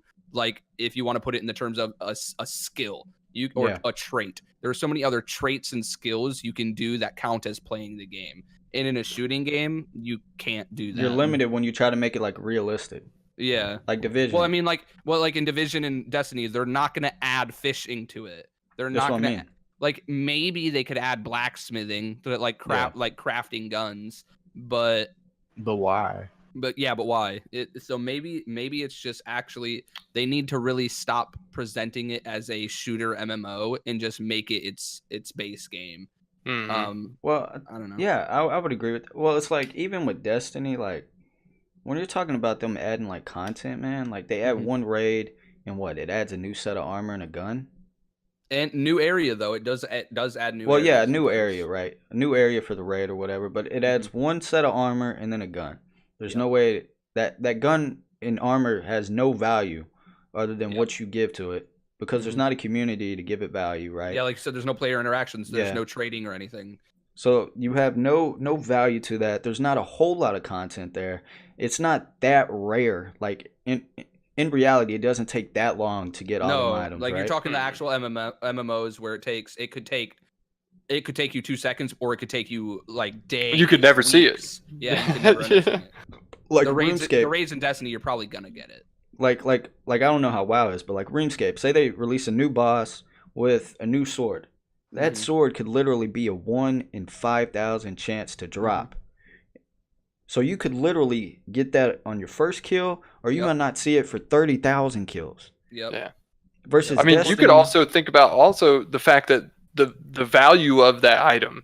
I mean, the fact that you can interact. I mean, and like you go on the market right now and find something that's dirt cheap, has no value to someone. It might be the best weapon you've ever used or seen, and just what you needed. And like the fact that you can't tailor yourself to specific things, that's another big part of it. I mean, you really can't. I mean, other than the gun you're using and other than the the light and the different powers that you have, but you can't tailor yourself with specific loadouts and weapons and sell them to other people. Destiny's biggest ploy on trying to be an MMO was making classes and having raids. But in my opinion, the raids really just felt like another mission with an end boss. It wasn't something that I don't know. It just felt different. And then like Brian was saying, is I could probably kill the raid a few times and get some guns and stuff, but was it really worth it in the end? Yeah. In WoW and stuff like that, in RuneScape, you could grind those bosses, and it wasn't just like, yes, I got the weapon. or I got the armor. In those games, you could literally take what you just grinded for and go implement it and use it somewhere else in the game. And use it somewhere not else. just right there. Because Well, I like think- you said, if you Destiny's like, well, no, you can implement it in PvP. Well, not really, because it level scales your gun, and your gun's not as good as it's supposed to. You take that badass sword from wherever you got it and into PvP, and it actually fucking fucks people up. And maybe it's because the PvP in Destiny isn't more like the PvP in Division Tech. Like, if you really think about it, what if Destiny wasn't TDMs and stuff like that? What if it was you queued into a PvP area? And then it was like a free for all, right? Yeah. Then it would make sense to have better gear and better and spend hours to raid for gear. I can make Destiny better with a simple update. One, like you said, have like a Dark Zone-esque, wilderness-esque area, right? Yeah. Where you go in, maybe there's like giant boss, high risk, high reward. You go there, you lose your shit though, right? So you can tailor. But here's the thing: if you add if you add some kind of community market, you also add replayability to your game. Because let's say you have a level 1 or like an early on raid from a long time ago, right? I already got all that gear. Then you add a new raid. Okay, I'm going to the new raid. No reason for me to ever go back to that old raid. But if you add a way for me to pawn those items off on other people and makes you want to go back. It gives me a reason to go back and play your old content over and over again, whether I'm selling it or like if you add this to where all of a sudden you have a way to lose it to other players. That would be right there is even a good update is just literally make a PvP update. And that PvP update is that they add an area that you enter into PvP like Division-esque or Wilderness-esque like RuneScape. But it's not just, I'm going to go shoot and I die and I lose money or whatever, or I lose like tokens. Because a lot of games do that too. Like the PvP, you kill and all you get like it's separate currency. Make it to where you lose your items. So you're like, shit, now I'm forced to go back to the raid that came out a year ago and get the gun that I had, or go and look it up on the market and see who has it on the market that I can go get it from. It's about being more like, fuck it, bro. Make it more where something means something. Losing something means something. Getting something means something. Don't make it fucking friendly where it's just like, oh, okay, well, I just got killed in there. I still got my gun though. You have nothing on the line. There's no like incentive really. Like RuneScape's the only MMO I know that like when you go PvP, you go all in. Like And it makes it fun, dude. Like it gives me a reason. Like it's high risk, high reward. That's exactly what it is, man. You can go in with like picture Rust or Escape from Tarkov. If like every time you died you didn't lose anything. It would be so boring. That would suck. It's pointless. It's the fact that you lose stuff and the fact that I can kill you and the fact that you have to go back out there, with less and have to get back up again. Right. And maybe that's what would make Division and Destiny like we were saying, maybe it needs skills and stuff. If you're going to make a gun or a shooter MMO, you don't need to try to add skills and stuff. Just implement a better PvP where it's high risk and like high reward and risk at the same time, where you may or may not lose everything you just brought in. And if you do, you either have to spend some sort of currency in game to get it back, or you have to grind it back. Yeah, because there's no reason to go back to grinding the raids after you already did them a couple times. After you got all the gear, like there's no way to lose it in Division unless you sell it or break it down. Same with Destiny, like. So once you play it, it's like, okay, there's no reason for me to ever go back there. Versus if you add this PvP system, it like the best thing in Tarkov is being able to go out with a pistol. Yeah, and come out and have the potential to come out fully decked out with the best gear in the game. Like that's a huge example of like what they could just take Tarkov's style of killing each other like multiplayer and put it into Destiny or whatever. Because in Destiny, Brian might still be roaming PvP area thinking he's a tank with level whatever gear he had from a raid. But what if Joe Schmo just got what he thought was a cool weapon and sneaks up and happens to kill Brian? Then he's like, oh shit, now I'm stacked. And then Brian's like, fuck, I got to go spend 5 hours and try to get the weapons and gear I just had. Unfortunately, that wouldn't work in the Division, though, just because their weapons and armor system it's not bad. I'm not going to say it's bad, their armor system, because when they put sets in, that really, like, revitalized the first game. But if you got a pistol, you're not killing somebody this fucking deck Yeah. out in the division. Yeah. You're not killing nobody Well, in the fucking dark zone. The Like, pistol version of Division would just be, but yeah, I see what you mean. Like it would be extremely difficult it would be to impossible. like take somebody down in Division because they're so bullet spongy. If they had max gear and all you had was nothing, like it You're not killing them. yeah, like And the thing about like RuneScape is like you have like special attacks and shit where there's a chance that you roll the dice and you hit super fucking hard. They would have, I mean, I don't know how they would do it, but that would be the way to do it. You would have to implement some kind of risk and reward system to where I have a chance to lose everything or gain everything, and then in return I can sell that. Because like, why did they make Destiny's PvP the way it is? Because there's no, in my opinion, there's no competitive esports for it, and that's the style of PvP they made it. They made it. Yeah, they made it. They made it like a Halo PvP. Yeah, like a Halo for no reason. PvP. It was. But what Halo is a campaign and a multiplayer. It's not an MMO. Could It's you not imagine a if Dungeons they and Raids. if they marketed Halo as an MMO and you played in a multiplayer thing and defeated bosses in Halo and then took those guns to PvP? Yeah, It You had to find an energy sword in campaign. right. And then bring that energy. Yep. All right. Got to go get that. But no. I think I mean, it maybe would that take might them be like it. redoing their whole game, Oh yeah, it would have. but to it would be that. dope. Oh, Like, it would be a different game, but hypothetically, I mean, these kind of games come out all the time in It would different get rid of that. different it would get rid of ways. that So Yeah, it'd get rid of that annoying. Why did you make a second Destiny? Yeah, Why did you make just come out with implement something that works to I guess we use the word replayability a lot. Come out with something when you make the game that makes the game replayable over and over again, because that's what happens. That's why you're forced to make a Destiny 2 is because and that's why it bombs. yeah, it's like, oh, but what you happen to do is just Triston said it with Division is you just hit the copy paste button and added different cosmetics. Yep. You fixed all your fucking problems from the first one. Yeah, I'm telling you, go back, play the it. first division, go to that end game, play to the second division, tell me what's different. Yeah, so yeah, it's the same thing. It's the same basic concept. They just fixed some of the mechanics and like made it better gunplay and stuff. But I mean, it's the same thing, man.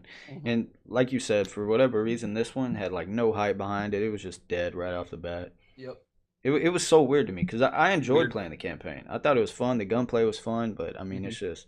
I was shocked. I was shocked when the game came out and it was pretty much it never went high. Never. It was just dead. Never. Yeah, I was really shocked because when the first one came out, people were like, "Whoa, this is crazy."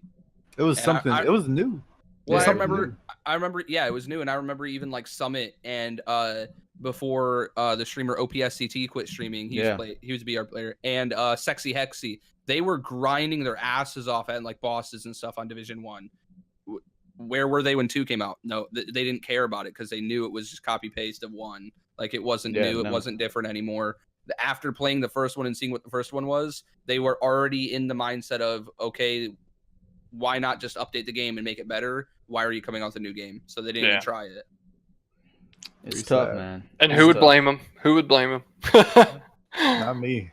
Because look at all the people who are pissed that bought the version 2 of Destiny or Division and they're like, this game is trash. Why'd I buy it? Yeah. I Or actually like if the Division people too, or if the people or like Destiny it too. and they can't play with anyone. Like, Or if they liked it and they're just like, why didn't they just take this and added it to the first one instead of making us buy a brand new game? Because like that's how I see it. Why didn't they just add Destiny 2's content into Destiny 1 and make the money? Yeah, but just make you buy it. But buy a $60 expansion every time it comes out. You got to but you got to think about what people see from their games. Like World of Warcraft, they didn't release their game and have this expectation of we're about to make millions. Like when Division comes out, they're like, all right, man, this is the fucking game. This is the future. We're going to make a lot of money. We got gold. You know, we're going to have it. And then they see how that happens because they did. They had a good game. They had the right concepts. They had new stuff. But then they think that that's just going to translate and happen again. They've seen it happen. Why can't we just sell gold once more, make a much more money? When in reality, just put those little chunks in there. Put that little chunk, little DLC, little bit of content extra in, and sure, make them pay for it. Like WoW did. You know, I mean, like you said, WoW made you pay $59.99 for the new DLC. Every new DLC. But at that point, I mean, nobody wasn't buying it. Right. You know what's But crazy? the issue, I think, though, when you talk about WoW, their new DLC is like a fucking giant like hundreds of hours of content, right? Oh Yeah. yeah, A Destiny DLC is like, It's 2 seconds. 30 It's a raid. minutes. It's a raid. yeah. yeah. So like, It's if they like, even oh- if they added all of Destiny's 2 content into Destiny 1 and they released that That'd for be maybe $60, one DLC, maybe one. it would be like what 20 hours of content versus you're talking hundreds. Like, Yeah. Yeah. You know what's crazy? It's just like the fact that a lot of these AAA titles are releasing games that are so highly anticipated, so highly like sought after, Anthem, man. and then they just fall off the map. Oh, And there's not Anthem. much they have to do to fix it. They don't have What? to do much to fix the fucking No. problem. What even happened to Anthem? It's a Oh, shit no, game. Shit. It's a shit game. It's an absolute shit game. Anthem was like what Destiny could have Yeah, been yeah. and made it better, and they didn't. It was almost have like they Anthem. pulled an Apex with it. I I have played Anthem 2 too. hours of it. They pulled an they pulled an Apex with it. They could have made Anthem would have like basically erased Destiny and was like, this is what Destiny should have been. Would have been. And they just didn't do anything with the game. They didn't update it. They didn't add anything. Nothing. I didn't buy it. I knew this shit was gonna happen with Anthem. It was- I fucking told everybody. I knew It was this shit. fun when You it did. was I fun when what you played was beta and we're like, oh yeah, this is just the beta. We know that this is what they're Yeah. And then But you when the really full- got that. when the full game came out. You're like, this is exactly what I played in beta. They didn't Sea of add anything Thieves. else. Yeah. Sea of Thieves, yeah, kind of. Yeah, But that's it- what me and Sea of Tristan Thieves- were. Sea of Thieves just took years Disappointing. to actually make their game what it should have been when Yeah. it came out. Yeah. But Anthem, Anthem, I told everybody, bro. Oh I my can't God. believe it. I fucking told everybody. that was an upset. That was actually a That huge was a big upset. one. Like because Anthem could have essentially been Robot WoW. Like it could have been Yeah. because it was designed as you went to an area, you got missions, you went out, you killed level scaled creatures based on the area you were in. Because I'm pretty sure in Anthem I could go to like a deeper section that I wasn't ready. I don't know, maybe you could go to a different area that you weren't really ready for, and you just get destroyed because there's too many enemies there.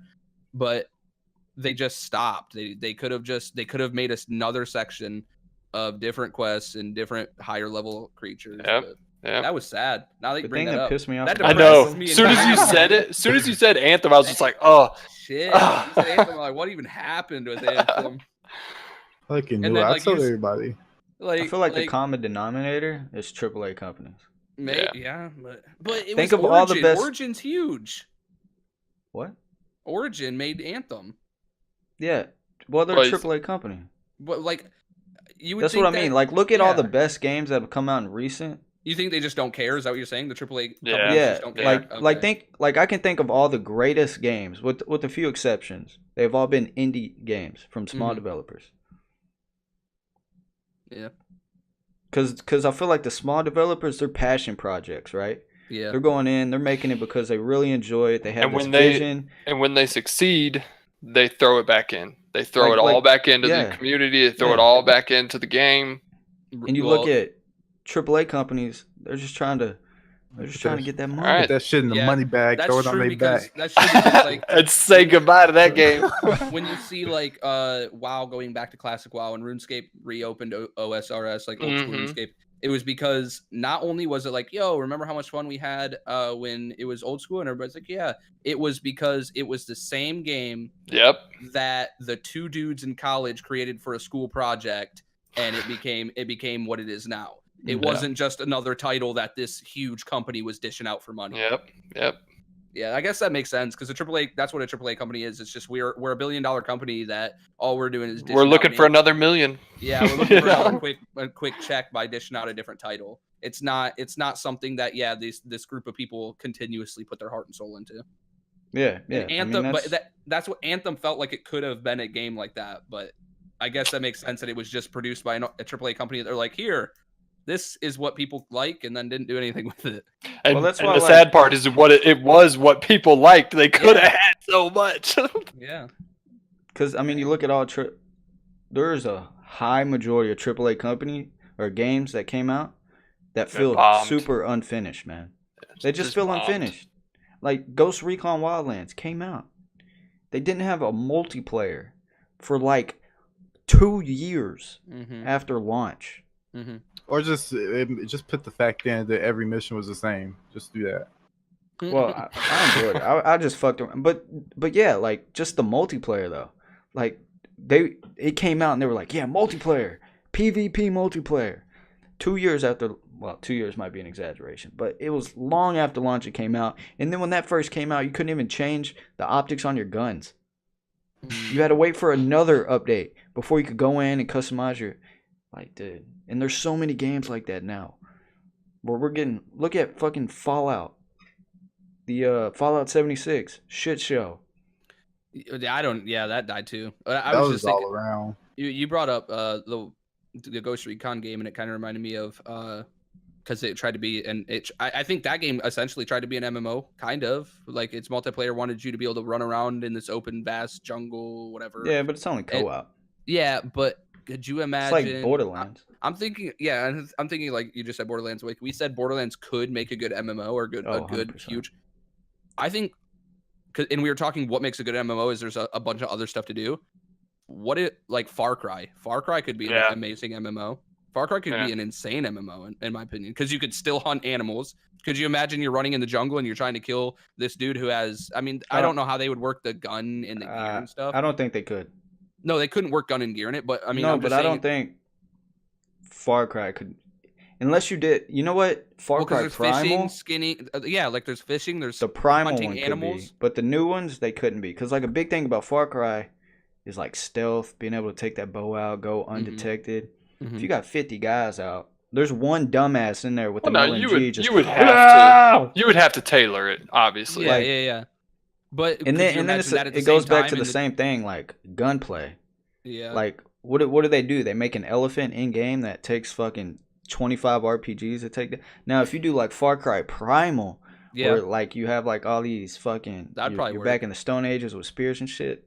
Sign me the fuck up, man. Mm-hmm. And it'd be massive multiplayer. But the only thing the problem with that would be, I guess like the gear and what I would say is even in Primal, it would be a little hard to fluctuate. Like, oh, is this guy's gear tier 2 compared to my tier 5 gear or something? But I guess they could still do it because you would have to base it off of a different model of their game. They had a model they wanted with gear guns and all this stuff that wasn't something like WoW or RuneScape had. They could just do a crafting model. Yeah, a crafting model. Well, that's how it is in Primal. You craft things. Right, so that could be what determined who has better gear. But why I think that it would be fun too is because imagine you're PvPing in MMO or however they want to do it, and a fucking mountain lion or something jumps off a cliff and rips your face off. You're like, well, I was just trying to kill this guy over here, but an animal just killed me at the same time. Dude, that was one of the biggest disappointments for me with Primal. Is like Primal was it not had, like that? No, Primal had no multiplayer at all, and I fucking hated it. Primal, if it had that Rust multiplayer, because you already had the crafting system where you had to gather supplies to craft arrows, spears, all this stuff. You already had that. You already have this beautiful, insane environment. Far Cry Primal. Far Cry is my favorite series, man. I play a fuck ton of Far Cry. Yeah, like so maybe not make it an MMO, but make it like Rust. Well, like yeah. So like the thing about Far Cry Primal that was so different, and a lot of people shit on the game. I don't understand it, but like the campaign was only like 5 hours, and in my opinion, like Far Cry Primal, the main focus wasn't the campaign. It was like you're this small person back when we were not top of the food chain, right? We're just struggling to survive. You're in this massive world with all these creatures just trying to kill you, right? Bottom of the food chain. So you're just trying to survive, and that was like the focus. So, like, in my opinion, you had the crafting already done. You had this crazy massive world. You had all these animals and wildlife already in place. All you needed was some kind of multiplayer thing and some way to set up a base with the stash. Yeah, that'd be cool. And then, bam, you had it. Even if it was just co-op, man. Like, they even came back and added a survival where you could play through the campaign. You had one life. You had to eat. You had to drink. You still had to craft and everything, but you had one life. If you died, I literally was one step away from Rust. Then all you had to do was make it an open world. All you had to game. do was add people. Yeah, you just had to add players. It's crazy. It's crazy to think about those kinds of games though that miss that niche that they could have had. But Small things. But then it's almost summed up as simple as how he said. It's just because the reason is because it's just another AAA company making a game to make money. They already know what they want to make. Like, in my opinion, like if they added that game mode, how do they make money from that? They add another $20 game mode, even if it's $20, you get 100, 200,000 active players. Okay, how do they monetize that? You really don't. Right. You can't. Yeah. So And for that's them, where I it's said just like put out that's where I said resources. a game needs like some games would Some games work better require than, subscriptions. yeah, some games work better than others with having a subscription or something to it. Yeah. So No, I agree, man. I agree. Yeah. I feel like Rust, like for a survival game, Rust has like skins. Like that's the easiest way, is I have cosmetics in the game. Fortnite skins. mhm. Any game with skins, like that's a great way to make money if you have a core game, right? Yeah. Like we're playing Battalion. If the game already works, yeah. If the Yeah. game already works, Like we're playing Battalions, there's no way in hell I'd spend money on those Oh, shitty no. skins. right? But like CS:GO, wildly successful. They were like the first skin thing, right? Yeah, they were like the first skin-based game. Yeah. And I don't think CS:GO even got it right. I fucking hate the idea of having to buy a Because it's crate. gambling. Yeah, yeah. And I remember know, sent I you know that like, little tweet. Remember I sent you the tweet, Brian, saying they're about to make that shit illegal. Oh man, they've been talking about that forever. Yeah, that's been Yeah. a huge issue for a long time. Well, because like, it would probably be better. Well, no, I don't know. I don't know how the way they did it though was also sort of smart, because they wouldn't have made any money if they just made Yeah. it to where it was at the end of the round you had a high or a low chance of getting a skin, because that is a thing in CS:GO. At the end of the round, you do have a chance of pulling a skin, like the Medusa sniper and stuff like that. That can happen. See, CS:GO is the only game I could think of where the crates are a must. Yep. Because like The game would be nothing if you made it where you could just buy whatever skin you want, for one, you can't have the skin variations anymore, which is like the fucking best thing about skins in CS:GO. Is like I can literally have faded and the all that same, stuff. Like, yeah, I can have the same exact skin as you, and my pattern could be completely different than your pattern. Yeah. And Your it could be pattern can be $200 worth more. $5. My pattern could be worth $3,000 $2,000. more. bro, that's huge with like the fire and ice knives and stuff like that, because it's a marble fade, but you might have only got the pink, Yeah, and I got the more of the marble to it. yeah. Mhm. Like they got the case hardened. Yeah, I've seen like case hardened metal and stuff. Yep. Mhm. There's a case hardened. They got case hardened AKs and knives and things, and they have like blue in the case hardened, Yep. right? Well, Yep. it's like a big square that's like the texture that they use for case hardened, And and you have there's a chance to get spots in anywhere that on the square square. where you get that blue. Well, there was an Yep. AK that It's just landed all- on that it's all blue, blue. right? All blue on the top, Mhm. dust covered, the mag, real nice Yep. blue, right? Sold for over $100 grand. That's Mm. crazy. It's Over nuts. $100 grand. It was the only one ever. Yep. Still to There's this day, the only blue case fucking hardened. one out of Yeah.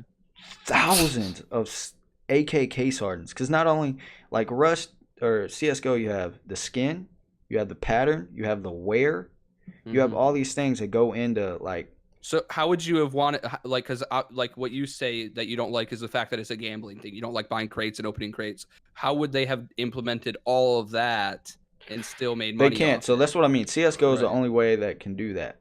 Yeah. Like going forward, I like Rust style better. Yeah. How does It's Rust like- do it? Just Yeah. Rust community. every week. So Rust does it pretty unique. So every week Rust releases, let's say 10 skins on their website.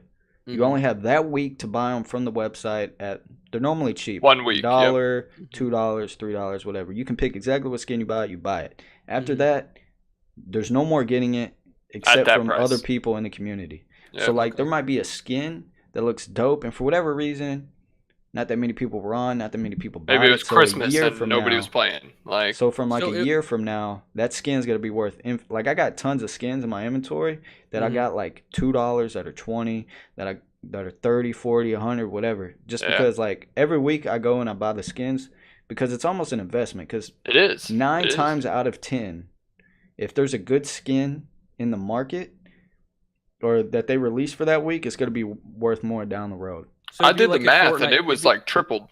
Yeah. It'd be like if Triple my Fortnite added a like a Steam, like an Epic Games marketplace, like a Steam marketplace. It'd be like Yeah. if Fortnite made it to where when Skull Trooper came out, Yeah. and then You now it- could sell it. You That can shit now was sell it. $10,000. Yeah, that's what I'm saying. But the reason why it was different is like it's different than what Brian is saying is because on Fortnite you would have to illegally sell your whole account. Yeah. Yeah. You couldn't just sell the Skull Trooper. You had to do the whole Yep. account. And also So- the prices were different. I mean, like Yeah. the Yeah, Rust store had it from the beginning. I mean, Mhm. they're like, hey, let's throw some of these out there, blah, blah, blah. Oh, shoot, you feel bad that you missed out on the snowman helmet or whatever the fuck it was? Good, we'll let you buy it. And at first it wasn't, I mean, it took the community to buy into it. But, I mean, they also take their skins, a lot of them from communities. Mm-hmm. They have a huge community market where you go in and see all these CSGO. Nuts, just like CSGO. Just the same. CSGO literally has just a skin market, like a skin community. There's a whole community that's just the whole community the skins. And now, mind you, there's 99 cents. Your skin sells for 99 cents, but like down the road, that shit like could be worth something. Playing fucking Fortnite is $25 to get a skin, bro. Yeah, fuck that. Yeah. But that's the thing is, if you bought a $20 skin on Fortnite, the Skull Trooper, I think when Skull Trooper first came out, it was $15. You seen what happened. A lot more now. Well, you've seen what happened to it. Yeah. And there wasn't even a marketplace, and that goes back to like what Brian was saying. Even in like how we were talking about MMO games, if some games just added a marketplace in game, like Steam does that, but it's not a game; it's a client. Steam has a marketplace for all of the games that involve Steam, and you see how many different communities that alone has built. Just having a marketplace where people can buy and sell items. I mean, look at CS:GO. I think a lot less now, but back when CS:GO and gambling sites were a thing, I would say a good 25, maybe 30% of the community, I guarantee they barely even played the game. It was just all about skins. Yeah. Just all about like back when I was really into CS:GO, I would play it. But dude, my thing were skins. I was always on the marketplace looking up skins because there are YouTubers who are famous now because that's all they do. Because the average Joe, like let's be honest, the average Joe, they get a cool skin, they get bored, they open a crate, they get a knife, right? It might have a rare pattern. They don't know a goddamn thing about skins. It might have a high float. They don't know nothing, so they just sell it on the community market for you froze, Brian. Cheap. I froze? Am I good? You're good now, but your camera froze. There you are. Okay. We're good. But like somebody like, let's say Cyborg went into CS:GO right now, opened a case, and he got a knife, right? Cyborg would have no knowledge of the true price of that knife, but he would go to the Steam market where he could sell it and see like, all right, they're selling for $200. I'll sell it quick. I'll sell it for $190. But in reality, he might have had some super rare like pattern on it that he could have sold that thing for $2,000. So I would go on and I would buy that skin for $190 and then flip it. That's a cool thing. That is a cool thing about the way they presented the skins in Counter-Strike, because that's like Rust is kind of like the way you guys are describing it is kind of reminding me of the way H1 skins work. H1's skins you have to get from a crate, but if you do get the ultra rare skin or whatever, it never changes. It's the same helmet throughout forever. So Rust, like Rust, how you guys are saying it, is the weekly marketplace comes out for Rust. I buy that $5 skin. Everybody who bought that $5 skin, it's going to look exactly the same. Yep. But you also got to think the amount of skins as well, and it's not near nothing like Counter-Strike, but the amount of them allows that to be a market with, making and losing. I got skins that I bought for 99 cents and now they're worth 80 cents, it probably wouldn't work in a game like Rust, but could you imagine that they make all the skins like $3 or $4, but there's a chance that when you buy that skin for $3 or $4, it might look a little different than everybody else's skin. Yeah. I don't know if they could do that in a game like that, but because maybe you spent $4 on that helmet that I spent $4 on, but yours looks not good, so yours only is kind of only $1 or $2, but the helmet I bought had an extra thing or look to it. I think it'd be Rust had too many memory issues anyway to begin with, so I don't think I think it'd be tough to get people to buy into that skin then, because you see you're it still like gambling.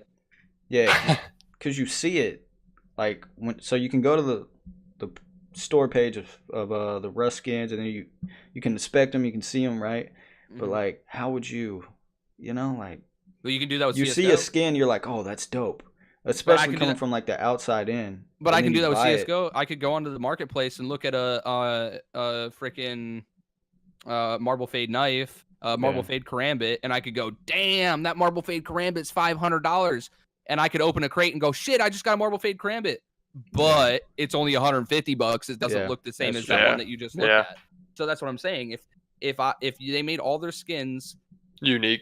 Obviously the picture would be like the highest quality of the item picture, and you're like, okay, I'm gonna spend $4, and there's a chance that I get the item that looks exactly like the one in the picture, or I don't. And but the thing about that is, and the thing I don't think it would work with Rust is because you only have a week. CS:GO, you have a lifetime. Yeah, true. I can go back the crates and are always open. Out. Yeah, the crates are always out. Keys are always available, so you can keep opening, and you can see all the different variations. Mm-hmm. So you know what the high tier variations are. Wouldn't that make it more valuable though? It does. It does. Yeah. Well, no, because like CS:GO, there's still like skin possibilities that are out there from like really, really old skins that still haven't been opened because they're that fucking rare. Versus like Rust. Like what if they came out with a new skin and everybody just got terribly unlucky rather, and we all just had a shit variant. And you never saw it. But there would because it goes away in a week though. Yeah. It would still make that money. But there would still be the one person out of everyone who bought it that had the best looking one. Yeah. And it would still make it that much more money. Like that's what Triston's saying. There's even if it is out for a week, it's still someone's still gonna have the better one. And they do have a pretty big community to where I feel like there would be good ones that make it, you know. Yeah, but you got to think. You talk about skins, right? You talk about everybody that's in skins, right? Mm-hmm. There's gonna be people that just open it, they get it, cool. And then there's gonna be people like me who are super invested. So I'm even a smaller subset of people that give a fuck and really dig into that type of thing. So like you have all these people that buy skins that might buy them every once in a while, but they don't like give a shit to actually look into it. So they might just hold on to that skin and you would never, you know what I mean? Like I don't. But I mean that's the thing about it. I mean it happens. So shit like that. People got fucking millions of dollars worth of fucking like a fucking sword in their fucking closet they don't know about. Like it's just what happens. If I don't think the Rust skin community.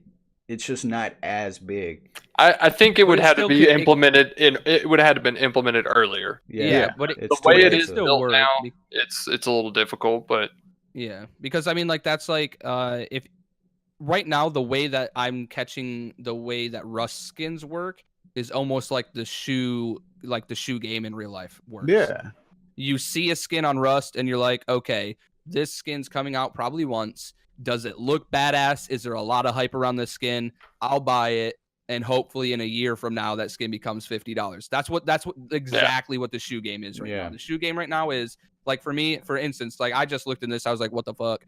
I bought the Majin Buu Adidas because they were Adidas and they were Dragon Ball Z shoes. So you're like, okay, there's gonna be a hype around this shoe or skin. You could just treat it as it's a skin of a shoe. And you buy it. I buy it for like whatever the retail was. I think it was like $200. The shoe now, you can't get it. So like Rust, what you guys are saying, you can't get the shoe anymore unless you buy it off a marketplace somewhere. People are paying $400 for a specific size of that shoe. But see, that's the difference though with shoes is there's sizes of it. I think it's the same. It's the same thing, same concept though. Yeah. The way Rust works right now, like how I'm seeing it in the skin game, is that you buy a thing and you hope that there was a lot of hype around that skin, and 3 months down the road when people realize, damn, I really want that skin. Or you realize how many people missed out on it, you know? I mean, even if there's no hype at the beginning, because there's skins from old Rust that, I mean, you don't even barely see on the marketplace, but when you do, they get gobbled up. Like, I mean, they get gobbled right up. Like the first the first buttless AK.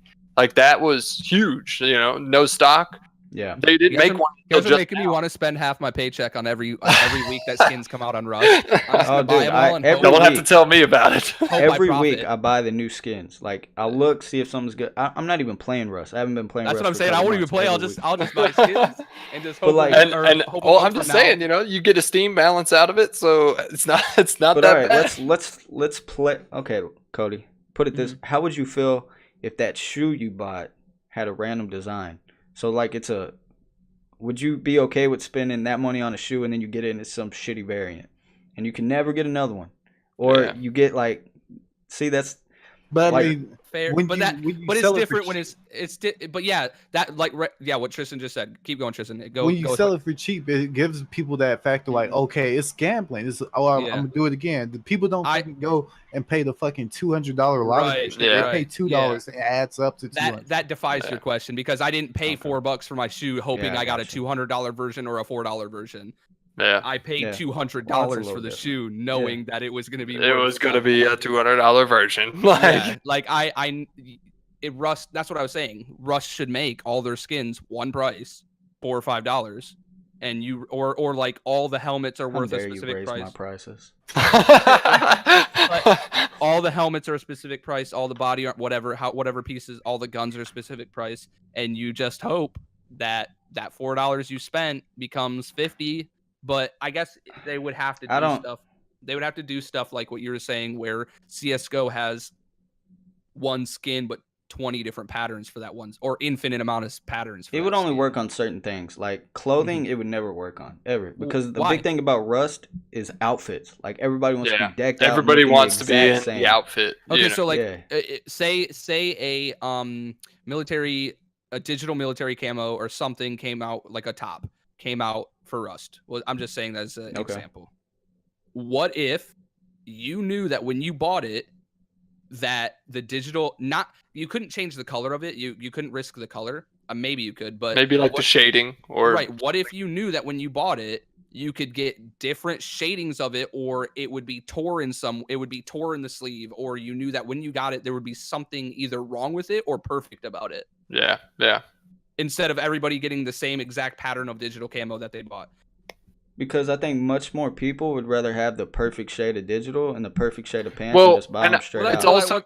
that's what I'm saying is they could add that as the gambling. I'm gonna pay $4 for a digital camo shirt that I really want the perfect digital camo, but But what I don't happens think- when I buy it and mine actually has a huge rip in it? And in the But game that's what I can do mean. I that. don't think people want to gamble. I think I they think just I think the want it. only reason People it's as love big as it is gambling. now. Yeah. I know No, they of do, course but I'm they do, saying but I'm saying nowadays, like with too where late for Rust them to is, do it's it. too late because people are loving that consistency. Yeah, They, yeah. I Just mean, the like what if. they sent out an entire white set, like what was it, like 3 months ago or something, Oh, yeah. and it's like People- all white plate armor, all white fucking, and black toned. And But what if that huge white hype. plate had a ketchup stain on it? And you were the only dude with Who a had that white ketchup piece stain? that had a ketchup stain on it. Yeah, well, I don't know. Rust is too consistent. But see, They- but then you have they- pants that are all torn up, and you might never get a matching set of shirts. yeah, you might never get the And then- perfect pants and perfect shirt and Yeah, perfect and then- helmet. The Rust gambling. people give Keep a gambling. fuck. Keep spending. Keep spending. It was so It'd be dumb. That would different, work. sure. That It would would be work. different. They If would. you, that so would when- work if you did it for certain skins and you Yeah. never took it away. Like you kept it. It Well, didn't go not away really, after because a week. no, can you It would buy work more? for guns, but it wouldn't work for sets. It could. I would say it would still work. Like my example, the digital camo. So Like we'll look at say, CS:GO. The gloves, they're the same pattern. They just got Yeah, different but- wear. yeah, okay. So that's what I'm saying. So digital camo shirt. In that week span that it comes out, right? In the week span that it comes out, can I buy like 30 of them? Could you spend like $100 Yeah, you can on buy one item? however much Yeah. you want. Right. Well, there you go. They just yeah, sure, it never comes out. You just have a week to gamble your ass off to get the best. To gamble your So- ass off. And that So still let me works explain because this. once we go to the next week and there's new I'm with you, skins- Cody. Right, that's what I'm with you. saying. They go to the next week and there's new skins. What you're saying is you're never going to see that digital camo ever again. But because they added a gambling aspect to it, going to be worth $200. Yeah, it'd be a change. It'd be a major change for sure because the way it works now, it's so consistent, and Yeah, people want to get the matching. Like, the people straight up want to consistent- get that set just so they have that set. If they hadn't, had that system of even just one item that worked that way each week, just one item was a That would be so gamble item. I feel that. Then you could just go through and be like, look, no, I want to buy these sets over here. I want to buy this, good looking AK. or buy the or item that I could you be want like, to hey, use. there's a fucking combat knife, and I want to see if I can gamble See, a I'm not dope one. I'm not against it. Everybody knows I'm a skin guy, right? I'd make Yeah. the most of it. But what I don't think you could get the community on board. I think Like, it's I hard to don't do think- with Steam as well. I think that's what Cyborg's saying. You wouldn't be able to get the community on board at this point. Cuz like the community would look at it like, okay, I could spend $200 and never get the set I'm looking for. Yeah. Or yeah. I could spend 99 $3 cents. Yeah, and on have each the piece. perfect outfit and never have to think about it. 'Cause And the vast then majority and of then people next that buy week those skins- pieces could be worth $10 each, Mhm. and you But just then- made $3 Because in the the vast 30. majority of people that buy skins in Rust are not like me and Cyborg that are thinking of it as an investment. No, They're thinking no. of it like, I Oh, just want this a is dope cool. set for I just want a dope set to wear for me and my friends with no intention of ever really selling it or doing anything. They're just buying it for themselves. It's just the thing. It's either like this. It's either you can think of it hypothetically, like if that would have happened, like when they first introduced that, or like Yeah. Cyborg said, they add one item in. It's like that. Yeah. They could do it. I agree. Like, I agree. either They one could of have those. one item. I'm Like, It they would, have a- it would right now. definitely. I'm downloading it now. They would definitely get a crazy amount more on that one item, rather than switching it all over, because they would lose a lot of their community just. Where do they with sell that. those weekly skins?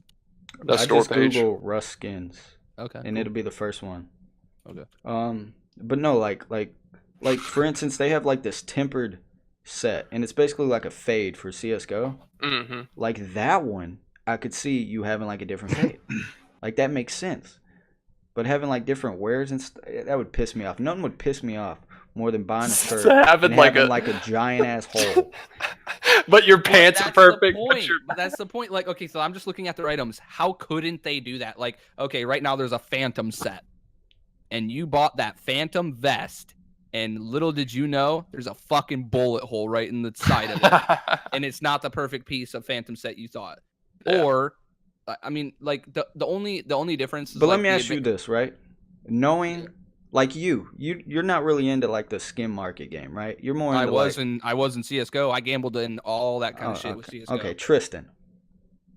I'm black. Tristan's not in fuck does that guy? You already Like- know. Like do that Tristan, shit. when you buy like think of it like Fortnite, right? When you buy a skin, Mhm. the 99% of the people are buying skins to wear and to use. I would much rather, and this comes from a skin guy that loves skins, live, breathe, and eat them. Spend thousands of dollars in skins, right? I would much rather buy a skin knowing exactly what I'm gonna get, spending $2 and be done with it, than potentially spending $2 not getting it, spending $2 not getting it. Okay, I'm gonna just wait now down the road, and then that perfect skin came out, is now $7,000 and I'm not getting it anyway. Yeah, but the thing is that's the difference. Fortnite is $20 skins. Obviously, Fortnite couldn't do it because No, I'm not gonna- comparing it to Fortnite. I'm right, just right, saying. I'm just you can't spend 20. But like what you said is why I think it could work. You can't spend $20 on a skin and then hope, oh God, I better get the skin in the picture. But this Phantom vest is 99 cents. What the fuck Yeah. am I losing? Like Yeah. if I spend 99 cents on this Phantom vest and it has a huge gash in the side of it and it goes down to 2 cents, oh, I mean whatever. But it I'm was saying like the 99 cents. majority of the community, I don't think would gamble that. Yeah. It's one of those I think things they where would. if it started like that, or if they added one I item think like even if that, it started like that, I don't think it would have ever caught on. Because I think it would. Like if you bought this $3 nah, Because it's me only and Cyborg $3. play a fuck ton of Rust, right? Me and Cyborg both have close to 2,000 hours. I've met maybe 2 people that even knew that these skins released every week on the dot. Yeah. 90% there's of a people just big buy them from the. community. Well, still keep it that way still, and that's what I was saying is keep. But it that's to what I where mean. this- If you get 100 people that buy one skin, yeah, think of 100 people. Think if you could buy one. Think if you could buy a case hardened in CS:GO. you're Just buy the saying case you'd be hardened. one of the only 100 people that have that skin. No, That's but it. think of if you could buy a case hardened in CS:GO, right? Think of all Yep. the millions combinations you could get on that case hardened, and Yep. only 100 people bought it. There's a good chance out of those 100 people, that skin is gonna be ass. You're gonna get like the gold burnt, and nobody's gonna give a Okay. fuck. I think about the that skin. disconnect Okay. that we're having here is some people like gambling and some people don't. No, Some I like people want to know gambling. what they're getting. down, Some people but, are like, "Fuck it, let's do it." I don't think the market's big enough in Rust to warrant the, like, you're talking Rust like a couple 100,000 people maybe, versus CS:GO is millions. The skins last forever, so you have a long time to build up. Like if they were gonna randomize it, they would have to like shorten it down. Maybe there's only 5 different variations. I think one skin would be fucking dope. Yeah. I am on board They with make, like, one make, $5 like, $4.99 skin that's like, here you Well, go, no, make it- here you go, make it like gamble it the- out. The classic price for gambling a skin on any game is $3. It's $2.50 for the key and about 50 cents average or so for the crate. So get a $3 skin. Like I'm just general Rust, in my opinion, is looking like guns and armor. So you literally would just put exactly almost what Counter-Strike did is a wear effect on it. So like if we're talking a piece of armor, you can either get a pristine condition piece of armor or a rusty piece of armor at like high and low, and then anything in between. And but Rust takes so much more pieces than Well, CS:GO. that's what I started out at the beginning. Here's the only other issue with it. that means is more the pieces to memory. gamble on. Well, Yeah, no, the yeah. memory. You would not be able to fit that in the game. Even after like 3 weeks of it, Rust would crash. Well, Because fuck the memory. You're talking hypothetical. yeah, no. Well, I'm just saying CS:GO doesn't have. There's no need for memory in CS:GO. Like it's the Could same you maps. imagine You're if saying you These had are to- randomly generated. You would have to be careful with it for sure. Imagine if you would have to fucking gamble to get a fucking perfect set, and you're the fucking motherfucker walking down with a 5-piece perfect set. Exactly. Yeah. If this is a 4-piece Phantom, it's the Phantom set here. I'm Yeah. looking at the Rust right now. If you were the only person that happened to get the perfect Phantom set, or you were lucky enough to get the top and the bottom, and somebody else got the helmet and the face mask, and now you have to go and buy that helmet and face mask to try to be the only person with the full set that's perfect. Now, You know what? this I know this exactly why this idea wouldn't work. Because Rust, for the most part, I think now is a community driven. We're community servers. Yeah. Me and Cyborg already play on community servers where you just donate a small price and you get every skin in the game, workshop and in game. So every game, every server would just. Well, now that you tell me that's fucking a thing. Well, you gotta why am think. I buying skins if I can play on a server and get every skin for What was free? that guy's name, Cyborg? Oh, I don't even fucking remember. Cynical. Calm down, Cynical. Because like if you You spend just that, ruined the point to buy these skins. Now I'm not going to invest in the skins. because you spend $100 on that server. Uh-huh. That server goes down, you wasted your $100. I spent $100. Yeah, if that server in skins. dies, that's the other thing. I Like still have my servers, $100 they investment. die off. Wait, all so the you time. don't want to gamble on a 99-cent skin, but you want to gamble that the server you spent $50 on Fuck might no, crash I or don't stay wanna- up? No, I'm that's not why I gonna don't gamble buy on them. that. But I'm saying if this came out, all those servers would become more predominant, and that's just what people would do. Because like, dude, nobody's gonna spend shut like those servers down. nobody. Okay, we're not gonna do that. Jesus Christ! Don't make He's ruining our don't Rust. make it to where the server has the option to have every skin in the Look, game. where it's at right now, where Rust skins are at. We're it's good. it's at this really nice happy middle ground. Yeah. And We're the just fact saying. that Me I and can Cody just saying. the fact that I can spend 99 cents and turn around tomorrow and sell that bitch for 5, 10, 20 I'm is happy. perfect. It's Yeah. perfect because Don't I'm ruin our buying happy little. I'm buying everything. But what makes me mad about, or not mad about it, but what makes me like say that it could be more is that there is however many people in Rust that play Rust that do know about the store. You have the same exact set they have. You have no difference in what they have. Yeah. I think Except what for- was cool. That's I what think was cool the about 1 the week skins. is what really saves it. Well, yeah, It's it does the save one- it in a week, but still, how many people in Rust that are playing Rust all the time know that the store is you would only be 1 week? surprised. Like I think you think like that 1 week, and then after that week, everybody has the same skins. For the most part, like my loadout that I walk, I've never seen anybody ever in the Well, 'cause history some- of playing. Yeah, because that some has people my, who know the store might say, I don't like that set. Like, what if somebody that looks at the store right now doesn't like red and black and skulls? Yeah. No, I'm Yeah. saying They the might go, majority. "Eh." Like for the most part, you never see people like geared out, or if you do, it's just like the pink set or stuff like that. Like you would be surprised how little people give a fuck. Most of the time, people are mismatched, and then like if I kill you and I have your armor and I get whatever armor you're wearing, I just throw it in my box, right? And then I reskin it to mine. Like So when like you kill somebody, you get their armor, it has their skin on it. yeah, And then you reskin it to yours. I can reskin it. I can do whatever. I But want. eventually, that armar like a break or something. It's not like yeah, but then you can Okay. repair it. So and it will still have their skin until you Yep. reskin it. Yeah. Yeah. That's a little weird. So like you can raid someone who has all this dope skin set, and you're like, oh shit, awesome. And it looks like you own that dope skin set. Yeah. But I don't know. I think right now it's very much a preference thing. Put one item in the game that they can gamble, and I bet you it blows up. If it was, I think if the Rust community, I'll tell you what, I'd be gambling for the first though on that first item. I'd be gambling on it. I'd be on it. Not only would you be gambling on it because it's a chance, but you'd be also gambling on it because it's one of the 7 items that it actually has a chance to be different. For week 2, bitch, boy, that's. Oh no, I think you misunderstood. I would still buy all the other 9. Well, sure. I would. What is 3, 4, 5, 6, 7, 8, 9? It's like usually around like $10. $11 to buy every skin right now. Yeah. But in my eyes, I'm seeing there's this Poseidon SMG. It's $3. I feel like the cheaper items. No, I don't know. Maybe not. I feel like the cheaper items almost might have a better resale value than like the expensive items, but maybe vice versa, because maybe not everybody wants to spend $3 on a pistol or SMG. Whatever. Well, it's a gamble in a sense. Like all these skins, it's all gambling on if someone's even gonna like it. Yeah, if someone's gonna like that, I mean, it's all preference. Some guy probably never uses the SMG. He probably ass with that gun in the game. He's never gonna buy that skin because you said there was a buttless AK. Yeah, there's it's a bunch the same now. AK, it's just it doesn't have a stock. So is that a skin? Yeah.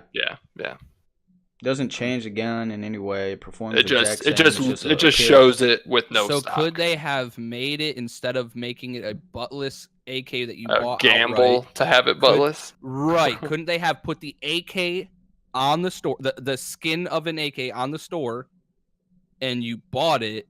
And then it came buttless. Right, it came buttless, or it came to where it looked like maybe the iron. No, they couldn't really change the sights of it, but something on it. Like stuff different. Like that. Like, okay, cool. All you're doing is changing the butt. You're not changing the.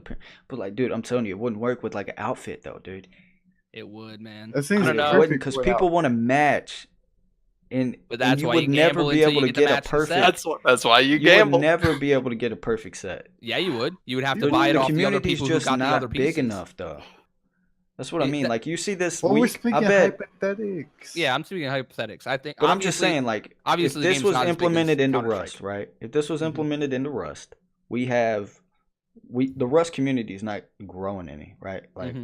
Just because you change the skin thing, it's not gonna like all of a sudden boost the player base. You're still getting the same gambling skins into it. If you put gambling skins into Rust, gambling skins and then CSGO. market, but but like you said, the gambling skins in CSGO. First off, they do have gambling skins. Just separate than what this is. You can go and gamble your skins away on these sites. Yeah, on sites. You can do the coin flips and stuff. But so there's no point to. What I'm saying is, if they added clothing wear in a sense where it's damaged clothing or something in Rust, and they marketed, Rust is now coming out with skins that you have the chance of getting a high quality or low quality item, you realize how many people would come and play Rust just for the skins? So many. But they wouldn't stay.